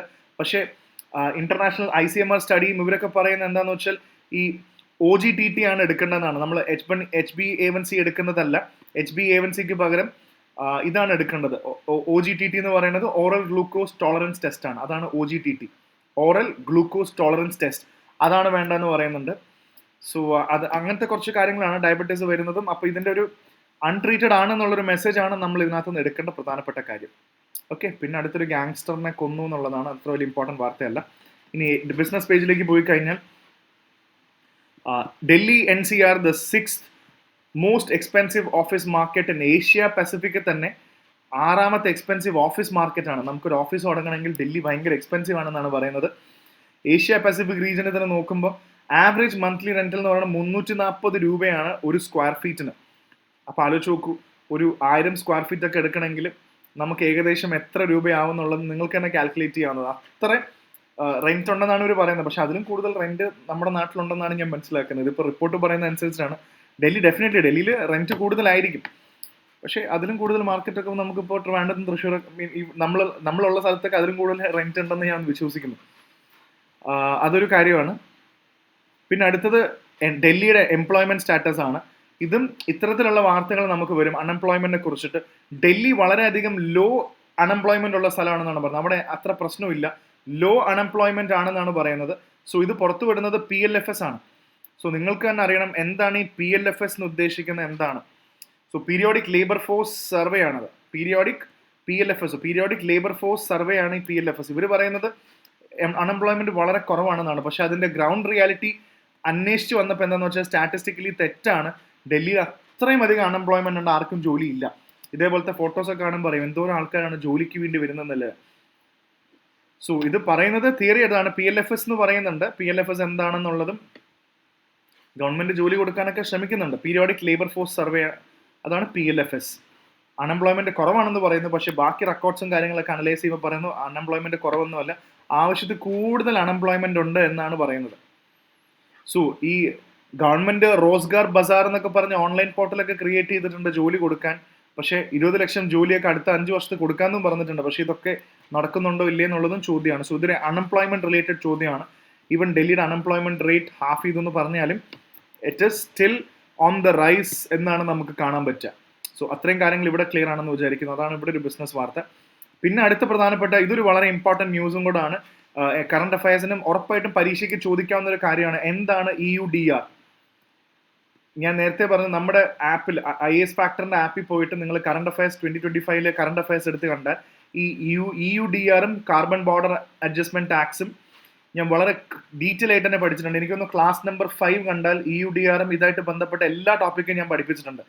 ഇത് വേറൊന്നുമല്ല, ഇത് വളരെ സിമ്പിളായിട്ട് പറഞ്ഞാൽ ഇവിടുത്തെ respite for Indian coffee growers. European union ഇവിടെ ഉണ്ട്. ഇതിപ്പോൾ യൂറോപ്യൻ യൂണിയൻ ആണെന്ന് വിചാരിക്കുക, ഇവിടെ ഇന്ത്യ ഉണ്ട്. യൂറോപ്യൻ യൂണിയൻ പുതിയ ഒരു ഡിഫോറസ്റ്റേഷൻ റൂൾ കൊണ്ടുവന്നിരിക്കുകയാണ്. ഡിഫോറസ്റ്റേഷൻ റിഡക്ഷൻ ആണ് ഇതിന്റെ വാക്കിന്റെ പേര്. ഇവിടെ നോക്കിക്കഴിഞ്ഞാൽ മനസ്സിലാവും, യൂറോപ്യൻ യൂണിയൻ ഡിഫോറസ്റ്റേഷൻ റെഗുലേഷൻ ആണ് ഇത് വന്നിരിക്കുന്നത്. സിമ്പിളായിട്ട് മനസ്സിലാക്കിയാൽ മതി. ഇവിടെ ഓൾറെഡി ഒരു നിയമമുണ്ട് യൂറോപ്യൻ യൂണിയനിൽ. ഇന്ത്യയിൽ നിന്ന് നമ്മൾ കോഫി കയറ്റി അയക്കുകയാണ്, നമ്മൾ എക്സ്പോർട്ട് ചെയ്യാണ്. ഈ കോഫി ഇവിടെ വരുന്ന സമയത്ത്, യൂറോപ്യൻ യൂണിയന്റെ ബോർഡറിൽ വരുന്ന സമയത്ത് ഈ കോഫി അകത്തേക്ക് കയറ്റി വിട്ടിട്ട് ഇവിടുത്തെ മാർക്കറ്റിലേക്ക് ഇറക്കണോ വേണ്ടയോ എന്ന് അവർ തീരുമാനിക്കും. കാരണം അവർ പുതിയൊരു നിയമം കൊണ്ടുവന്നിരിക്കുകയാണ്, EUDR. ഡിസംബർ 31, ഇതിനകത്ത് പറയുന്നില്ല, ഞാൻ ആ ടോപ്പിക്ക് ജസ്റ്റ് ഒന്ന് എക്സ്പ്ലെയിൻ ചെയ്യാണ്. ഡിസംബർ 31, 2020 ശേഷം ഇവർ പറയുന്നുണ്ട്, ഡിഫോറസ്റ്റഡ് ലാൻഡിൽ നിന്നാണ് നിങ്ങളുടെ കോഫി ഉണ്ടാക്കിയെങ്കിൽ ഞങ്ങൾ ഇവിടെ കയറ്റില്ല. ഞങ്ങൾ ക്ലൈമറ്റ് ചേഞ്ചിനെ അത്രയധികം മാനിക്കുന്നുണ്ട്. അങ്ങനെ ഒരു സംഭവം ഉണ്ടാക്കാൻ പറ്റുന്നൊരു ചോദ്യമുണ്ട്.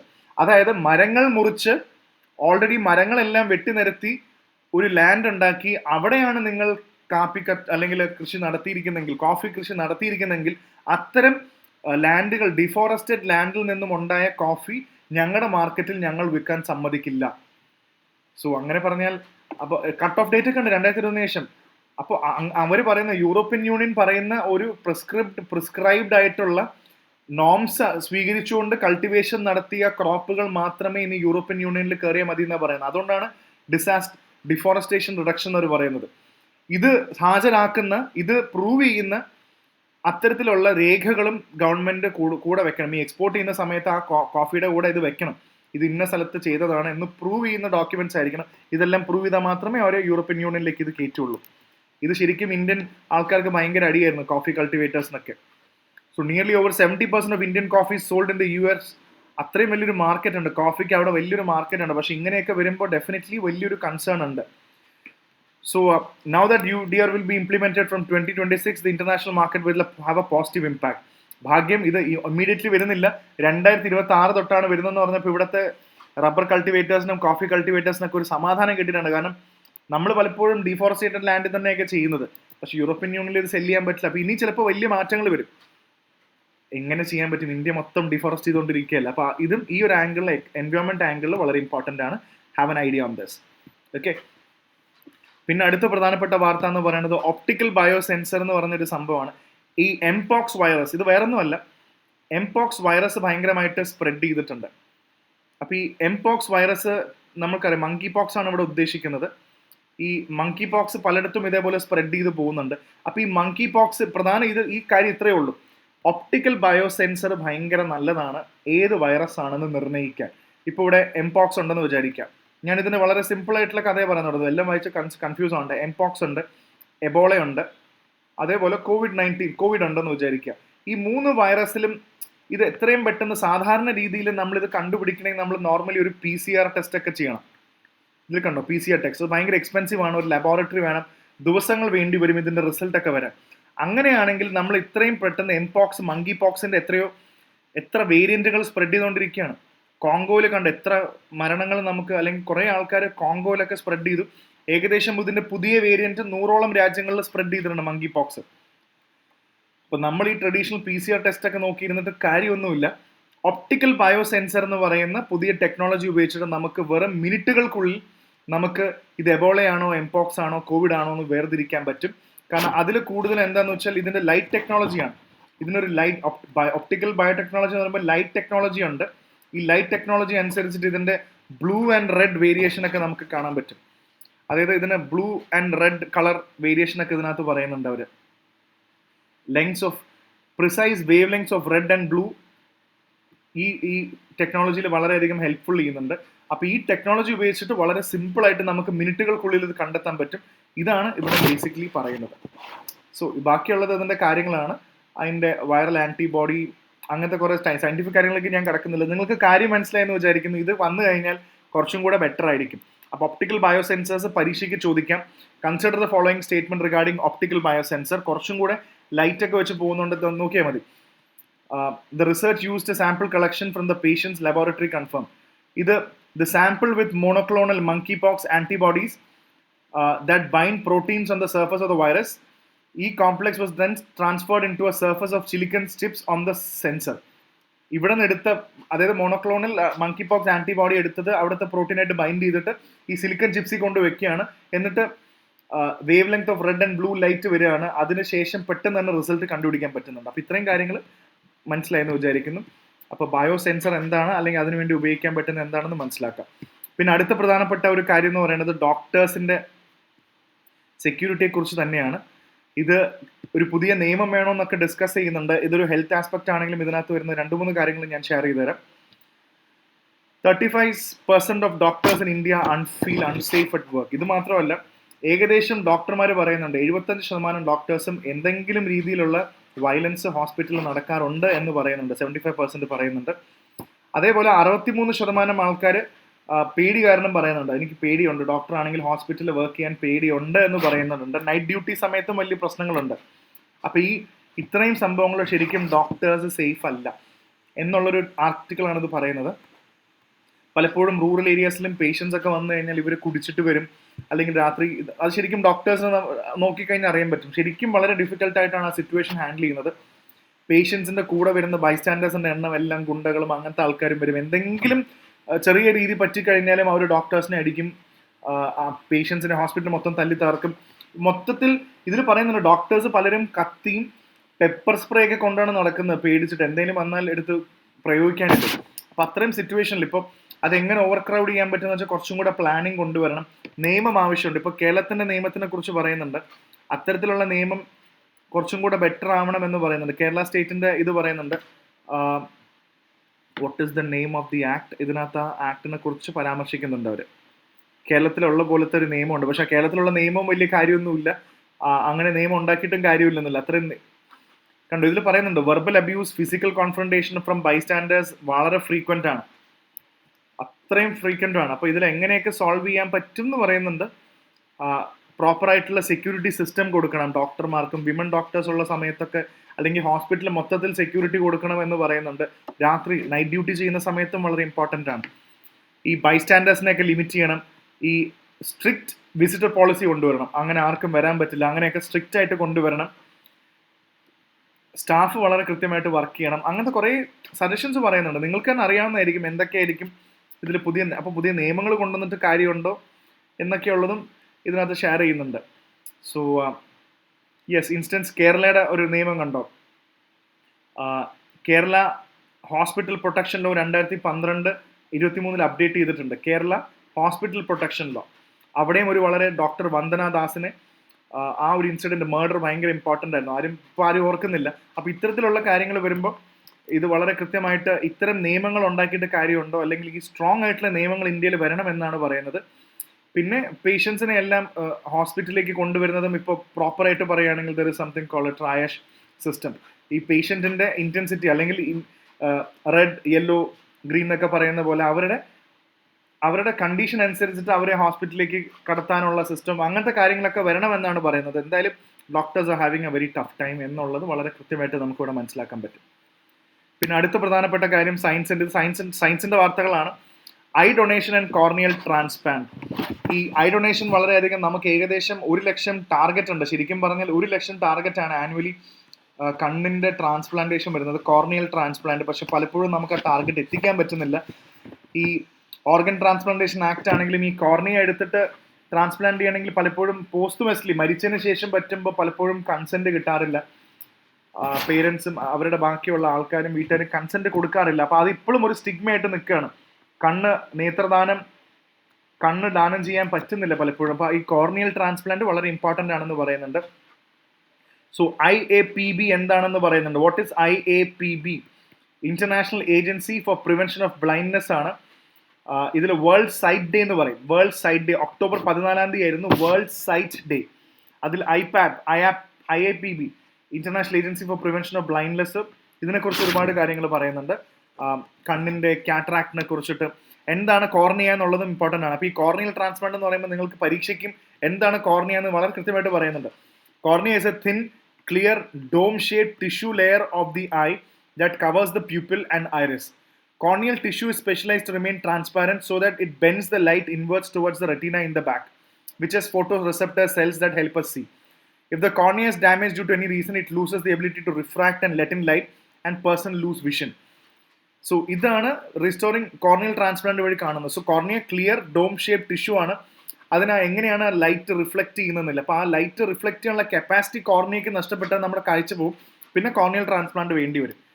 കോർണിയൽ ട്രാൻസ്പ്ലാന്റിനെ കുറിച്ച് പറയുന്നുണ്ട്. ആദ്യമായിട്ട് 1905 ഡോക്ടർ EK Zim നടപ്പിലാക്കിയത്. ഓസ്ട്രിയൻ ആണ്, ഓഫ്തൽമോളജിസ്റ്റ് ആണ്. പിന്നീട് ഇന്ത്യയിൽ ഡോക്ടർ മുത്തയ്യ 1948 ചെന്നൈയിൽ നിന്ന് നടത്തുന്നത്. പിന്നീട് ഡോക്ടർ RP ധോണ്ട ഓഫ് ഇൻഡോർ ആണ് ആദ്യത്തെ സക്സസ്ഫുൾ കോർണിയൽ ട്രാൻസ്പ്ലാന്റ് നടത്തി 1960. 47 നടത്തിയത് പെർഫോം ചെയ്തേ ഉള്ളൂ. Successful 1960 doctor Muthiah and doctor RP Dhonda. പക്ഷെ ഇത് ഇത്രയും സംഭവങ്ങൾ വന്നിട്ടും ആൾക്കാർ ഇത് കൊടുക്കുന്നില്ല എന്ന് പറയുന്നതാണ്. 1 ലക്ഷം ടാർഗറ്റ് ഒക്കെ ഉണ്ടെങ്കിലും നമുക്കുണ്ടോ 1 ലക്ഷം കോർണിയൽ ട്രാൻസ്പ്ലാന്റ് ടാർഗറ്റ് ഒക്കെ ഉണ്ട്. പക്ഷെ നമുക്കത് അച്ചീവ് ചെയ്യാൻ പറ്റുന്നില്ല. പ്രൊസീജിയറൽ ഡിലേ ഉണ്ട്, കൺസെന്റിന്റെ പ്രശ്നമുണ്ട്, അങ്ങനത്തെ കുറേ പ്രശ്നമുണ്ട്. So transplantation of human organs act 1994 എന്ന് പറയുന്നതും കൂടെ നമുക്ക് ഇതിനകത്ത് മനസ്സിലാക്കണം. എന്താണ് transplantation of human organs act 1994? ഡോണേഴ്സിന്റെ ഒരുപാട് ഗവൺമെന്റ് ഒരുപാട് ടാഗ് ലൈനൊക്കെ ഇറക്കുന്നുണ്ട്. ഇത് മെയിൻസിന് ഒരു പോയിന്റ് ആയിട്ട് എഴുതാം. ഗവൺമെന്റ് കണ്ടോ, നേത്രദാൻ, പശുതു സർവേജന, സമ്മതി പരിവശ്രിയ, അങ്ങനെ കുറേ സംഭവങ്ങൾ ഗവൺമെന്റ് ഇറക്കുന്നുണ്ട്. പക്ഷെ എന്നാലും നമുക്കത് വളരെ സ്ലോ ഗതിയിലാണ് പോയിക്കൊണ്ടിരിക്കുന്നത്. കോർണിയൽ ട്രാൻസ്പ്ലാന്റ് ഇമ്പോർട്ടൻ്റ് ആണ്.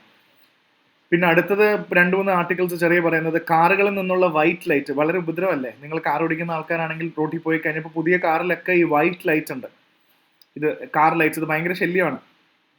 ഇത് ഒരുപാട് മോത്സിനെ എറാറ്റിക് ആയിട്ട് പറക്കാൻ വെക്കുന്ന കാരണം ഇവരുടെ ഈ ലൈറ്റിനകത്തുള്ള വൈറ്റ് ഫോസ്ഫർ കോട്ടഡ് LED ആണത് മോഡേൺ കാറിൽ. ഈ സംഭവം ഈ എറാറ്റിക് ഇതിനെ ഈ പറയുന്ന മോത്സിനെ പറക്കുന്നതിന് ഒരുപാട് ഡിഫിക്കൽട്ടി കൊണ്ടുവരുന്നുണ്ടെന്ന് പറയുന്നത്. എന്താണ് ഈ മോട്ട്സ്? നമ്മുടെ ബട്ടർഫ്ലൈ പോലെ ഇരിക്കുന്ന ബട്ടർഫ്ലൈ അല്ലാത്ത പറക്കുന്ന ചെറിയ സാധനങ്ങളാണ് ഈ മോത്ത് എന്ന് പറയുന്നത്. ബട്ടർഫ്ലൈ അല്ല അത്, it's A different thing. So ഇതിന്റെ ഫ്ലൈ സൈക്കിളിൽ എഫക്ട് ചെയ്യാണ്. ഇതിന് പറക്കുന്നതിന് ഈ കാറിന്റെ വൈറ്റ് ലൈറ്റ് എഫക്ട് ചെയ്യുന്നു എന്നാണ് പറയുന്നത്. കാരണം കാറിന്ന് വരുന്ന ഫോസ്ഫർ കോട്ടഡ് LED ആണത്. അത് ആൾക്കാർക്ക് ഈ മോട്ട്സിന് ബുദ്ധിമുട്ടുണ്ടാക്കുന്നു എന്നാണ് പറയുന്നത്. സോ അതൊരു ചെറിയ വാർത്ത. പിന്നെ mountain lions in Los Angeles. Mountain lion in Los Angeles become more nocturnal. ഇതാണ് പടത്തിൽ കാണുന്ന മൗണ്ടൻ ലൈൻ ആണത്. ഈ ലോസ് ഏഞ്ചൽസിലെല്ലാം ഇത് were more nocturnal than lions in remote regions were active at dawn. ഇത് അവിടുത്തെ ആൾക്കാരും ഇതൊക്കെ കാരണം, അവിടെ സൈക്കിൾ ചെയ്യാൻ വരുന്ന ആൾക്കാരും അവിടെ റിക്രിയേഷൻ വരുന്ന ആൾക്കാരും കാരണം മോർ നോക്ടേണൽ ദാൻ ലൈൻസ്. അപ്പോൾ mountains in provoked shifting their activity avoiding interaction with cyclist.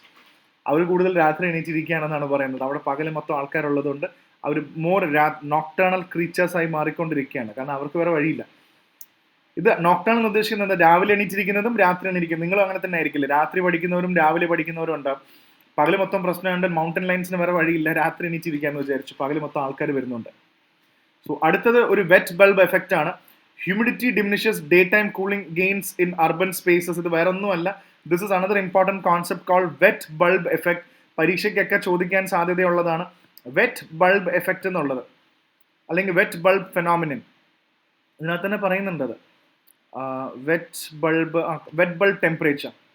ഇതിൽ വേറെ ഒന്നുമല്ല, ഹ്യൂമിഡിറ്റി എന്നുള്ളതാണ്. നിങ്ങളൊരു മരത്തിന്റെ അടിയിൽ പോയി ഇരുന്നാലും ഇതിൽ നിങ്ങൾ ആദ്യം മനസ്സിലാക്കേണ്ടത് ഒരു സ്പോഞ്ച് പോലെ മനസ്സിലാക്കിയാൽ നമ്മുടെ കയ്യിലുള്ളൊരു സ്പോഞ്ച്. ഹ്യൂമിഡിറ്റി എന്ന് നമ്മൾ മനസ്സിലാക്കിയാൽ നമുക്ക് ഏകദേശം ഒരു ധാരണ കിട്ടും. Humidity means the amount of water vapour in the atmosphere. ആകാശത്തുള്ള അറ്റ്മോസ്ഫിയറിലുള്ള വാട്ടർ വേപ്പറിന്റെ അംശം, വെള്ളത്തിന്റെ അംശമാണ്. നിങ്ങളൊരു ചൂടുള്ള സമയത്ത് ഒരു മരത്തിന്റെ അടിയിൽ പോയി ഇരുന്നാലും നിങ്ങൾക്ക് ഡെഫിനറ്റ്ലി ഒരു കൂളിംഗ് ഫീലിംഗ് ഒക്കെ കിട്ടുമെങ്കിലും, പക്ഷെ നിങ്ങളുടെ സ്വെറ്റ് റേറ്റ്, ഈ വെറ്റ് ബൾബ് ടെമ്പറേച്ചർ എന്ന് പറയുന്നത് നിങ്ങളുടെ സ്വെറ്റ് റേറ്റ് കുറയും. അപ്പൊ നിങ്ങളുടെ ബോഡി കൂൾ ഡൗൺ ആവില്ല. നിങ്ങൾ വേർത്തുകൊണ്ട് ഇരിക്കുകയാണ്, പക്ഷെ നിങ്ങളുടെ ആ വേർപ്പ് ഇവോപ്പറേറ്റ് ആവുന്നില്ല, കാരണം ഓൾറെഡി അറ്റ്മോസ്ഫിയറിൽ ഒരുപാട് ഹ്യൂമിഡിറ്റി ഉണ്ട്.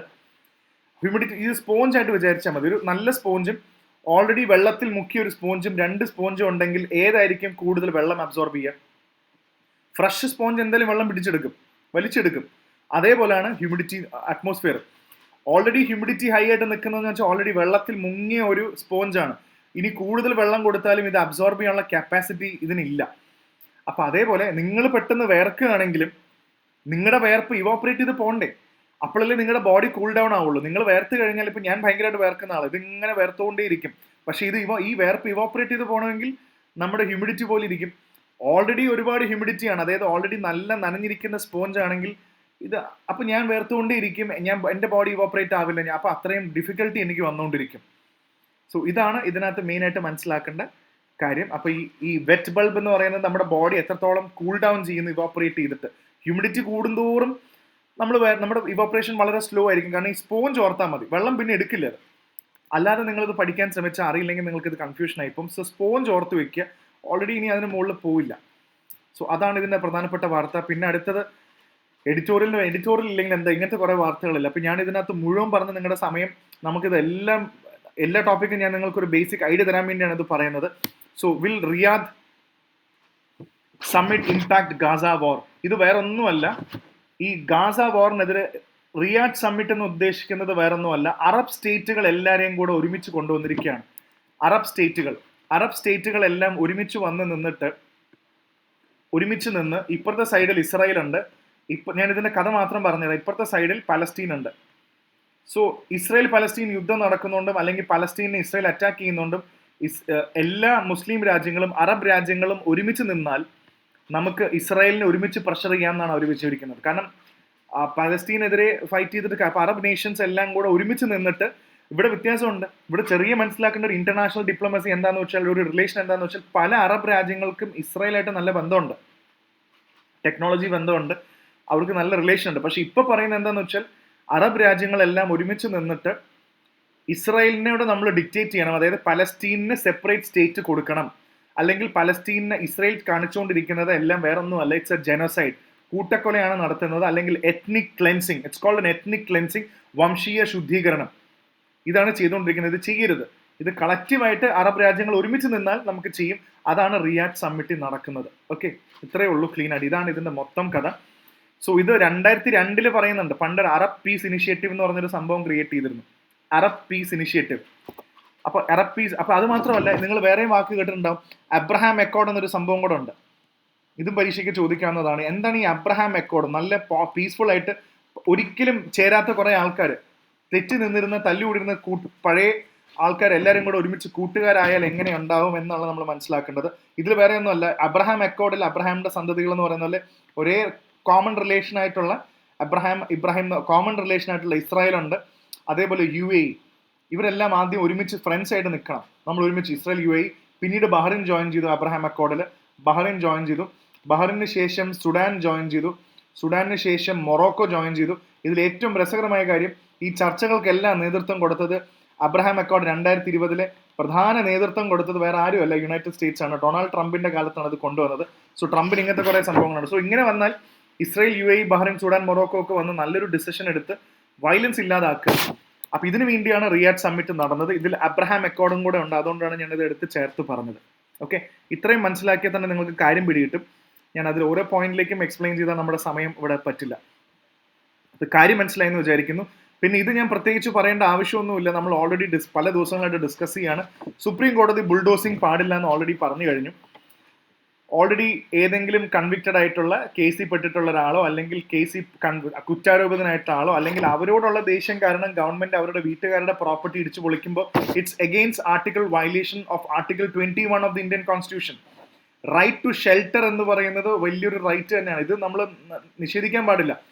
അതേപോലെ article 14 of the Indian constitution article 14 of the Indian കോൺസ്റ്റിറ്റ്യൂഷനെ കുറിച്ചും ചർച്ച നടക്കുന്നുണ്ട്. എന്താണ് ഇക്വാലിറ്റി ബിഫോർ ലോവും വളരെ ഇമ്പോർട്ടൻ്റ് ആണ്. It's very important. ഈ ഇക്വാലിറ്റി ബിഫോർ ലോ, അതായത് ചില കെട്ടിടങ്ങൾ ഇടിച്ചു പൊളിക്കുന്നില്ല, ചില കെട്ടിടങ്ങൾ ഇവർ ഇടിച്ചു പൊളിക്കുന്നുണ്ട്. അപ്പോൾ ഇവർക്ക് ആവശ്യമുള്ള കെട്ടിടങ്ങൾ ഇടിക്കുന്നില്ല, ഇവർക്ക് അപ്പോൾ ഗവൺമെന്റ് വളരെ ചൂസി ആവാണ്. സോ ആർട്ടിക്കിൾ 14 വയലേഷൻ ആണ്. ഇക്വാലിറ്റി ബിഫോർ ലോ, എനിക്ക് റൈറ്റ് ടു ഷെൽട്ടർ ആണ്, ആർട്ടിക്കിൾ 21 ഉണ്ട്. അതേപോലെ article 142 of the Indian constitution supreme കോടതിക്ക് ഇന്നലെ ഞാൻ ക്ലാസ്സിൽ കറണ്ട് അഫയേഴ്സിൽ പഠിപ്പിച്ചേ ഉള്ളൂ. 142 ഉപയോഗിച്ചിട്ട് സുപ്രീം കോടതിക്ക് വേണമെങ്കിൽ ഇത് തടയാം. അത് തന്നെയാണ് സുപ്രീം കോടതി ഇവിടെ ചെയ്തതും. ബുൾഡോസ് ചെയ്യണ്ട, 15 ദിവസത്തെ നോട്ടീസൊക്കെ കൊടുത്ത് എല്ലാം തീരുമാനമായ മാത്രമേ ഇത്തരം പ്രവൃത്തിയിലേക്ക് കടന്നാൽ മതി എന്ന തീരുമാനമാണ് ഇവിടെ വന്നിരിക്കുന്നത്. അപ്പോൾ അത്രയും കാര്യങ്ങൾ നിങ്ങൾക്ക് ഓൾറെഡി മനസ്സിലായെന്ന് വിചാരിക്കുന്നു. ഇതാണ് ഇതിന്റെ ബേസിക് വളരെ ഷോർട്ട് സമ്മറി. ഇതാണ് കഥ. മനസ്സിലായെന്ന് വിചാരിക്കുന്നു. പിന്നെ ട്രംപ് കൊണ്ടുവന്ന പുതിയൊരു നല്ലൊരു കാര്യമാണ്, ട്രംപ് പുതിയൊരു ഡിപ്പാർട്ട്മെന്റ് കൊണ്ടുവന്നു. ദ ഡിപ്പാർട്ട്മെന്റ് ഓഫ് എഫിഷ്യൻസി എന്ന് പറഞ്ഞൊരു ഡിപ്പാർട്ട്മെന്റ് കൊണ്ടുവന്നു. അത് നല്ല രസമുണ്ട്. ഏറ്റവും ഡിപ്പാർട്ട്മെന്റ് ഓഫ് ഗവൺമെന്റ് എഫിഷ്യൻസി എന്നൊരു ഡിപ്പാർട്ട്മെന്റ് കൊണ്ടുവന്നു. ആ ഡിപ്പാർട്ട്മെന്റ് ഹെഡ് ചെയ്യുന്നത് എലോൺ മസ്ക് ആണ്. പിന്നെ പഴയ പ്രസിഡൻഷ്യൽ കാൻഡിഡേറ്റ് ആയി നിന്ന് വിവേക് രാമസ്വാമി. സോ ഈ വിവേക് രാമസ്വാമിയും എലോൺ മസ്കും ആണ് ഈ ഡിപ്പാർട്ട്മെന്റ് ഹെഡ് ചെയ്യുന്നത്. ഇതിന്റെ പ്രധാന പരിപാടി എന്ന് പറഞ്ഞാൽ ഗവൺമെന്റിന്റെ ബ്യൂറോക്രാറ്റിക് പരിപാടികൾ അവസാനിപ്പിക്കുക, അല്ലെങ്കിൽ ഡിലേ. ഏതൊരു പ്രൊജക്ട് വന്നാലും അതിന് മൊത്തം ഡിലേ കൊണ്ടുവരിക, ബ്യൂറോക്രാറ്റിക് ആയിട്ടുള്ള ഡിലേ കൊണ്ടുവരിക, ഇതൊക്കെ നിർത്താനാണ് പറയുന്നത്. ബ്യൂറോക്രാറ്റിക് ഡിലേ കൊണ്ടുവരിക, അതേപോലെ എക്സസീവ് ആയിട്ടുള്ള റൂൾസും റെഗുലേഷൻസും ഇല്ലാതാക്കുക. അനാവശ്യമായിട്ടുള്ള റൂൾസ് കാര്യങ്ങളൊന്നും നമുക്ക് ആവശ്യമില്ല. സോ ഈ റൂൾസും റെഗുലേഷനും ഒക്കെ നമ്മൾ നിർത്തലാക്കുക. എക്സസീവ് റെഗുലേഷനും വേണ്ട. എന്തു പറഞ്ഞാലും നിയമം അല്ലെങ്കിൽ എന്തു പറഞ്ഞാലും rules, excessive rules, regulations, bureaucratic delay. പിന്നെ കോസ്റ്റ് കട്ടിങ്. അനാവശ്യമായിട്ടാണ് പൈസ ചിലവാക്കിക്കൊണ്ടിരിക്കുന്നത് പലതിനും. അങ്ങനത്തെ കോസ്റ്റ് എല്ലാം കണ്ടുപിടിച്ച് അവസാനിപ്പിക്കുക. ഇതിനെക്കാട്ടും കൂടുതൽ ഏറ്റവും ഇമ്പോർട്ടൻറ്റ്, ഗവൺമെന്റിന്റെ ഒരു അപ്രോച്ച്, ഒരു പ്രൊജക്ടിന് ഒരു ഓൺട്രപ്രനോറിയൽ അപ്രോച്ച് കൊടുക്കുക എന്നുള്ളതും വളരെ ഇമ്പോർട്ടൻ്റ് ആണ്. That is the most important thing. ഒരു ഓൺട്രപ്രനോറിയൽ അപ്രോച്ച് എന്ന് പറയുമ്പോൾ ഒരു ബിസിനസ്സുകാരന് മാത്രമേ അങ്ങനത്തെ ഒരു ഓൺട്രപ്രനോറിയൽ അപ്രോച്ച് കൊടുക്കാൻ പറ്റുള്ളൂ. ഗവൺമെന്റിന്റെ അപ്രോച്ച് അല്ലാതെ ഒരു ബിസിനസ് മൈൻഡഡ് അപ്രോച്ച് കൊടുക്കാൻ പറ്റണം. അതിന് എലോൺ മസ്ക് ഒക്കെ വളരെ നല്ലതാണ്. അതുകൊണ്ടാണ് ഇവരെ ഇത് കൊണ്ടുവന്നിരിക്കുന്നത്. അപ്പോൾ അത് ഇവരിനി എല്ലാം കോസ്റ്റ് ഒക്കെ കട്ട് ചെയ്ത് നല്ല തീരുമാനങ്ങൾ എടുക്കുന്നതാണ് പറയുന്നത്. സോ ഇതിൽ പ്രധാനമായിട്ടും പറയുന്നുണ്ട് പബ്ലിക് ഡെറ്റ് വളരെ വളരെ ഹൈ ആണ് ഇതിനകത്ത്. നിങ്ങൾ വിചാരിക്കില്ല പബ്ലിക് ഡെറ്റ്, അമേരിക്കയുടെ പബ്ലിക് ഡെറ്റ് കാണുന്ന സെറ്റപ്പ് മാത്രമേ ഉള്ളൂ എന്ന് പറഞ്ഞാൽ പബ്ലിക് ഡെറ്റ് എന്ന് പറഞ്ഞാൽ എന്താ? അമേരിക്കയുടെ കടം. അമേരിക്ക എത്രത്തോളം കടപ്പെട്ടി, അല്ലെങ്കിൽ നമ്മൾ പബ്ലിക്കിനോട്, അത് നമ്മൾ വ്യക്തികളാവാം അല്ലെങ്കിൽ ബാങ്കുകളാവാം, അമേരിക്ക പബ്ലിക്കായിട്ട് ഫണ്ട് എടുത്തിരിക്കുന്ന പബ്ലിക് ഡെറ്റ് എന്ന് പറഞ്ഞാൽ പബ്ലിക് കടം. അമേരിക്കയുടെ GDP-യുടെ 97%. കടം ചെറുതൊന്നുമല്ല. 97, ഇത്രയും സ്റ്റാറ്റിസ്റ്റിക്സ് ഒക്കെ പലപ്പോഴും പുറത്തു വരില്ല. 97% ഓഫ് GDP ആണ് അമേരിക്കയുടെ കടം. അത് 2026-28 ആകുമ്പോൾ ഏകദേശം 106% കഴിയും കടം. അപ്പൊ ഇതൊക്കെ കുറയ്ക്കാൻ വേണ്ടി എലോൺ മസ്ക് കുറെ പദ്ധതികളൊക്കെ ആസൂത്രണം ചെയ്തിട്ടുണ്ട്. ഇതെല്ലാം കുറയ്ക്കും എന്നാണ് ഇവർ പറയുന്നത്. അങ്ങനത്തെ സംഭവങ്ങളൊക്കെ ഇവർ കുറയ്ക്കും എന്നാണ് പറയുന്നത്. ഓൾറെഡി ട്രംപിന്റെ ഒരു നിയമം ഉണ്ടായിരുന്നു. അതായത് ഒരു റെഗുലേഷൻ കൊണ്ടുവന്നാൽ 1-for-10 എന്നൊരു സംഭവമുണ്ട്. ഒരു റെഗുലേഷൻ കൊണ്ടുവന്നാൽ 10 പഴയ റെഗുലേഷൻസ് നമ്മൾ ഡിലീറ്റ് ചെയ്ത് കളയും, വേണ്ടെന്ന് വെക്കും. അപ്പോൾ കുറച്ചുകൂടെ നല്ല ബെറ്റർ സിസ്റ്റം വരുന്നതാണ് പറഞ്ഞത്. ഇത് ട്രംപിന്റെ മാനിഫെസ്റ്റോയിൽ ഉണ്ടായിരുന്നതാണ്. അതിനകത്ത് എടുത്തു പറയുന്നുണ്ട്. എവിടെയാണ് കിടക്കുന്നതെന്ന് എനിക്കറിയില്ല, ഇതിനകത്ത് എവിടെയോ അത് പറയുന്നുണ്ട്. അപ്പോൾ ഇത്തരം കാര്യങ്ങളാണ് ഈ ആർട്ടിക്കിൾ കൂടുതലും സംസാരിക്കുന്നത്. ക്ലിയർ ആണെന്ന് വിചാരിക്കുന്നു. അപ്പോൾ അടുത്തത് അങ്ങനത്തെ ഒരു ഡിപ്പാർട്ട്മെന്റ് വരട്ടെ എന്ന് നമുക്ക് വിചാരിക്കാം. പ്രൊഫൈലിൽ കൂടുതലൊന്നുമില്ല, അമേരിക്കൻ ഇലക്ഷനെ കുറിച്ചിട്ടാണ്. പിന്നെ ലാസ്റ്റ് ഇന്റർനാഷണൽ പേജിൽ here we go to an important article. എന്താണ് typhoon? 6.5 lakh flee as super typhoon makes landfall in the Philippines. ഫിലിപ്പീൻസിൽ ടൈഫൂൺ വന്നിരിക്കുകയാണ്. സോ നിങ്ങൾ പലപ്പോഴും നമ്മുടെ ഇന്ത്യയിൽ നമ്മൾ സൈക്ലോൺ വന്നപ്പോൾ നമ്മളെല്ലാവരും കൂടെ ദാന വന്നപ്പോൾ എല്ലാവരും കൂടെ ഓടി റീഹാബിലിറ്റേഷൻ നടത്തി. അപ്പൊ എന്താണ് ഈ ടൈഫൂൺ? ഫിലിപ്പീൻസിൽ വരുന്ന എന്താണ് ഈ ടൈഫൂൺ? ടൈഫൂൺ എന്ന് പറയുമ്പോൾ നമ്മൾ മനസ്സിലാക്കിയാൽ മതി, വളരെ ശക്തമായിട്ടൊരു സ്റ്റോം, ഒരു കൊടുങ്കാറ്റാണെന്ന് തന്നെ വിചാരിച്ചാൽ മതി. ഇതിൽ പല സ്ഥലത്തും പല പേരുകളാണ് ടൈഫൂൺ. ഇതിൽ വന്നു അല്ലെങ്കിൽ കാറ്റാസ്ട്രോഫി ടൈഫൂൺ വന്നു 6 ലക്ഷം പേര് പോയി എന്ന് മാത്രമാണ് പറയുന്നത്. ടൈഫൂണിന് പേരുണ്ടോ? സൂപ്പർ ടൈഫൂൺ മഞ്ഞീസ്ലാൻഡ്, മഞ്ഞി എന്നാണ് പേരിട്ടിരിക്കുന്നത്. നമ്മുടെ സൈക്ലോൺ നമ്മൾ പേരിടുന്ന പോലെ മഞ്ഞി ടൈഫൂൺ ആണ്. എന്താണ് ഈ ടൈഫൂൺ? ഇത് തന്നെയാണ്. സോ ഇതിന് നമുക്ക് ജോഗ്രഫിയിൽ ഞാനൊരു ജോഗ്രഫിയുടെ എക്സ്ട്രാ കാര്യം കൂടെ ഷെയർ ചെയ്യാം. നമ്മൾ പലപ്പോഴും കാണുന്ന ടൈഫൂൺ ആണെങ്കിലും ഇതേപോലെ ടൈഫൂൺ ആണെങ്കിലും ഹറിക്കെയിൻ ആണെങ്കിലും ഓൾമോസ്റ്റ് സെയിം തന്നെയാണ്. ഇത് വേറെ പേരിൽ വിളിക്കുന്നതേ ഉള്ളൂ. ടൈഫൂൺ എന്ന് പറയുന്നത് വളരെ ശ്രദ്ധിച്ചു കേട്ടോണം, ഇത് കൂടുതലും വെസ്റ്റേൺ പസഫിക് ഓഷ്യനായിട്ട് ബന്ധപ്പെട്ട സ്ഥലത്താണ് വരിക. വെസ്റ്റേൺ പസഫിക് ഓഷ്യനിലാണ് ടൈഫൂൺ കാണപ്പെടുക. സോ പ്രധാനമായിട്ട് രാജ്യങ്ങൾ എന്ന് പറഞ്ഞാൽ നമുക്ക് ജപ്പാൻ, അതേപോലെ ജപ്പാൻ, ഫിലിപ്പീൻസ്, ചൈന, ഇവിടെയൊക്കെയാണ് നമുക്ക് കൂടുതലും വെസ്റ്റേൺ പസഫിക് ഓഷ്യനിലാണ് ടൈഫൂൺ എന്ന പേര് തന്നെയുള്ളത്. ഹറിക്കെയിൻ ഇതേ സംഭവം കുറച്ചുകൂടി ഇപ്പുറത്തെ സൈഡിൽ, അതായത് വെസ്റ്റേൺ പസഫിക് ഓറി മാറി അറ്റ്ലാന്റിക് ഓഷനിൽ നമ്മൾ ഒരു വലിയ സ്റ്റോം വരികയാണെങ്കിൽ അറ്റ്ലാന്റിക് ഓഷനിലോ അല്ലെങ്കിൽ ഈസ്റ്റേൺ പസഫിക് ഓഷൻ, വ്യത്യാസമുണ്ട്. ഈസ്റ്റേൺ പസഫിക് ഓഷൻ, വെസ്റ്റേൺ അല്ല, വെസ്റ്റേൺ ഇപ്പുറത്താണ്. ഈസ്റ്റേൺ പസഫിക് ഓഷനോ അറ്റ്ലാന്റിക്കിലോ ഇങ്ങനത്തെ സംഭവം വരികയാണെങ്കിൽ നമ്മൾ അതിനെ ഹറിക്കെയിൻ എന്ന് വിളിക്കും. Western Pacific ocean, Japan, Philippines, ചൈനയിലൊക്കെ വരികയാണെങ്കിൽ നമ്മൾ അതിനെ ടൈഫൂൺ എന്ന് വിളിക്കും. ഇനിയുണ്ടോ വേറെ ഇഷ്ടം പോലെ ഉണ്ട്. വില്ലി, ഓസ്ട്രേലിയയിലൊക്കെ ഉള്ള വില്ലി, അങ്ങനെ കുറേ പേരുകളുണ്ട് ഇതിന്. അപ്പൊ എന്താണ് നിങ്ങൾ ഇതിന്റെ വ്യത്യാസം അറിഞ്ഞിരിക്കണം. എന്താണ് ടൈഫൂൺ, എന്താണ് ടോർനാഡോ, എന്താണ് ഹറിക്കെയിൻ എന്നൊക്കെയുള്ള വ്യത്യാസം നമ്മൾ ജോഗ്രഫിയിൽ മനസ്സിലാക്കി വെക്കുന്നത് നല്ലതാണ്. So kindly note that. പിന്നെ ജോർജിയയിൽ ഇലക്ഷൻ ഉണ്ട്. അപ്പോൾ രാജ്യം മാപ്പ് ചെക്കാണ്. എവിടെയാണ് ജോർജിയ എന്നുള്ളതും ഒരു മാപ്പ് ചെക്ക് നിങ്ങൾക്ക് ഓൾറെഡി ഉണ്ട്. ജോർജിയയുടെ മാപ്പ് എവിടെയാണെന്ന് കണ്ടുപിടിക്കണം. പിന്നെ അപെക്, ഇന്നലെ നമ്മൾ ഡിസ്കസ് ചെയ്താണ്. ഏഷ്യ പസഫിക് എക്കണോമിക് കോർപ്പറേഷൻ എന്നുള്ളതാണ് അപെക് എന്ന് പറയുന്നത്. നമ്മൾ ഇന്നലെ ഡിസ്കസ് ചെയ്താണ്. US മറ്റു രാജ്യങ്ങളും ഈ ഏഷ്യ പസഫിക് റീജിയനിലുള്ള ഒരു ഓർഗനൈസേഷനാണ് അപെക് എന്ന് പറയുന്നത്. പിന്നെ ക്ലൈമറ്റ് ചേഞ്ച്, ശ്രീലങ്കയിലെ ഇലക്ഷനെ കുറിച്ച് പറയുന്നുണ്ട്. പുതിയ ഇലക്ഷൻ ഡെഫിനറ്റ്ലി ഇവിടെ ഓൾറെഡി ഉള്ള ഒരുപാട്, ശ്രീലങ്ക വളരെ വാർ ടോൺ അല്ലെങ്കിൽ റിസോഴ്സ് ടോൺ ആയിട്ടുള്ള ഒരു സ്ഥലം കൂടാണ്. അപ്പോൾ അതുകൊണ്ടാണ് ശ്രീലങ്കയിൽ ഇലക്ഷൻ വളരെ സീരിയസ് ആയിട്ട് കാണുന്നത്. കാരണം അവിടെ ഓൾറെഡി ശ്രീലങ്കൻ ഇലക്ഷനിൽ നമുക്കറിയാം ഇത്രയും വർഷമായിട്ട് ഭരിച്ച് നശിപ്പിച്ചതുകൊണ്ട് ആൾക്കാർക്കൊന്നും ആരെയും വിശ്വാസമില്ല. അത്രയും യുദ്ധം നടന്നുകൊണ്ടും ഒന്നാമത് പൈസ ഇല്ല, അവരുടെ കയ്യിൽ റിസോഴ്സസ് ഇല്ല, ഒരുപാട് കഷ്ടമാണ് ശ്രീലങ്കയുടെ അവസ്ഥ. അപ്പോൾ ഓൾറെഡി മുസ്ലിംസ് ആയിട്ടുള്ള ആൾക്കാരും അല്ലെങ്കിൽ സിംഹള പോപ്പുലേഷൻ, തമിഴ് പോപ്പുലേഷൻ, ഇവർക്കൊക്കെ ഒരു ചേഞ്ച് വേണം. അങ്ങനെ പുതിയ പ്രസിഡന്റ് അന്നൂര കുമാര ദിസനായകയുടെ NPP ആണ് അവരുടെ പുതിയ അവരുടെ ശ്രീലങ്കയുടെ മുഴുവൻ പ്രതീക്ഷയും ഇനി NPPയിലാണ്. NPP എന്ന് പറഞ്ഞ പാർട്ടിയിലാണ് അവരുടെ മുഴുവൻ പ്രതീക്ഷയും. സോ പ്രസിഡന്റാണ് അന്നൂര കുമാര ദിസനായകയുടെ ലീഡർഷിപ്പിൽ ഇനി അവരെല്ലാം വിശ്വസിക്കുന്നുണ്ട്. രാജപക്ഷമാരെ അവർക്ക് മടുത്തു, മഹിന്ദ, അങ്ങനെ രാജപക്ഷ ഫാമിലി മടുത്തു അവർക്ക്. സോ ഇതാണ് കൂടുതലും ഇന്നത്തെ പ്രധാനപ്പെട്ട വാർത്ത എന്ന് പറയുന്നത്. So these are the important news. So keep listening to IAS factor. ഞാൻ അടുത്ത ന്യൂസ് ഇന്ന് രാത്രി തന്നെ അപ്ലോഡ് ചെയ്യാം. So thank you so much and keep watching IAS factor. And നമ്മുടെ ഇന്നത്തെ ഈ ആഴ്ചത്തെ current affairs class Friday and Saturday CSATന്റെ ക്ലാസ് ഉണ്ട്. സോ ഓൾറെഡി ഈ കറണ്ട് അഫയേഴ്സിന്റെ ക്ലാസ്സിൽ ജോയിൻ ചെയ്യാൻ താല്പര്യമുള്ള ആൾക്കാർക്ക് ഡെഫിനറ്റ്ലി എനിക്ക് മെസ്സേജ് അയക്കാം. നമുക്ക് സെപ്പറേറ്റ് ക്ലാസ് ആയിട്ട് തന്നെ നമുക്ക് നടക്കുന്നുണ്ട്. അതേപോലെ റിവിഷനും ഉണ്ട്. Please let us know and thank you for the wonderful response. നിങ്ങളുടെ മെസ്സേജും കമൻറ്റ് ചെയ്യുക, അതൊരു വലിയൊരു പോസിറ്റീവ് ഫാക്ടർ തന്നെയാണ്. പേഴ്സണലി മെസ്സേജ് അയച്ച് കോഴ്സ് ചോദിക്കുന്നവരോടൊക്കെ ഒരുപാട് സന്തോഷം. Keep learning IAS factor. Thank you.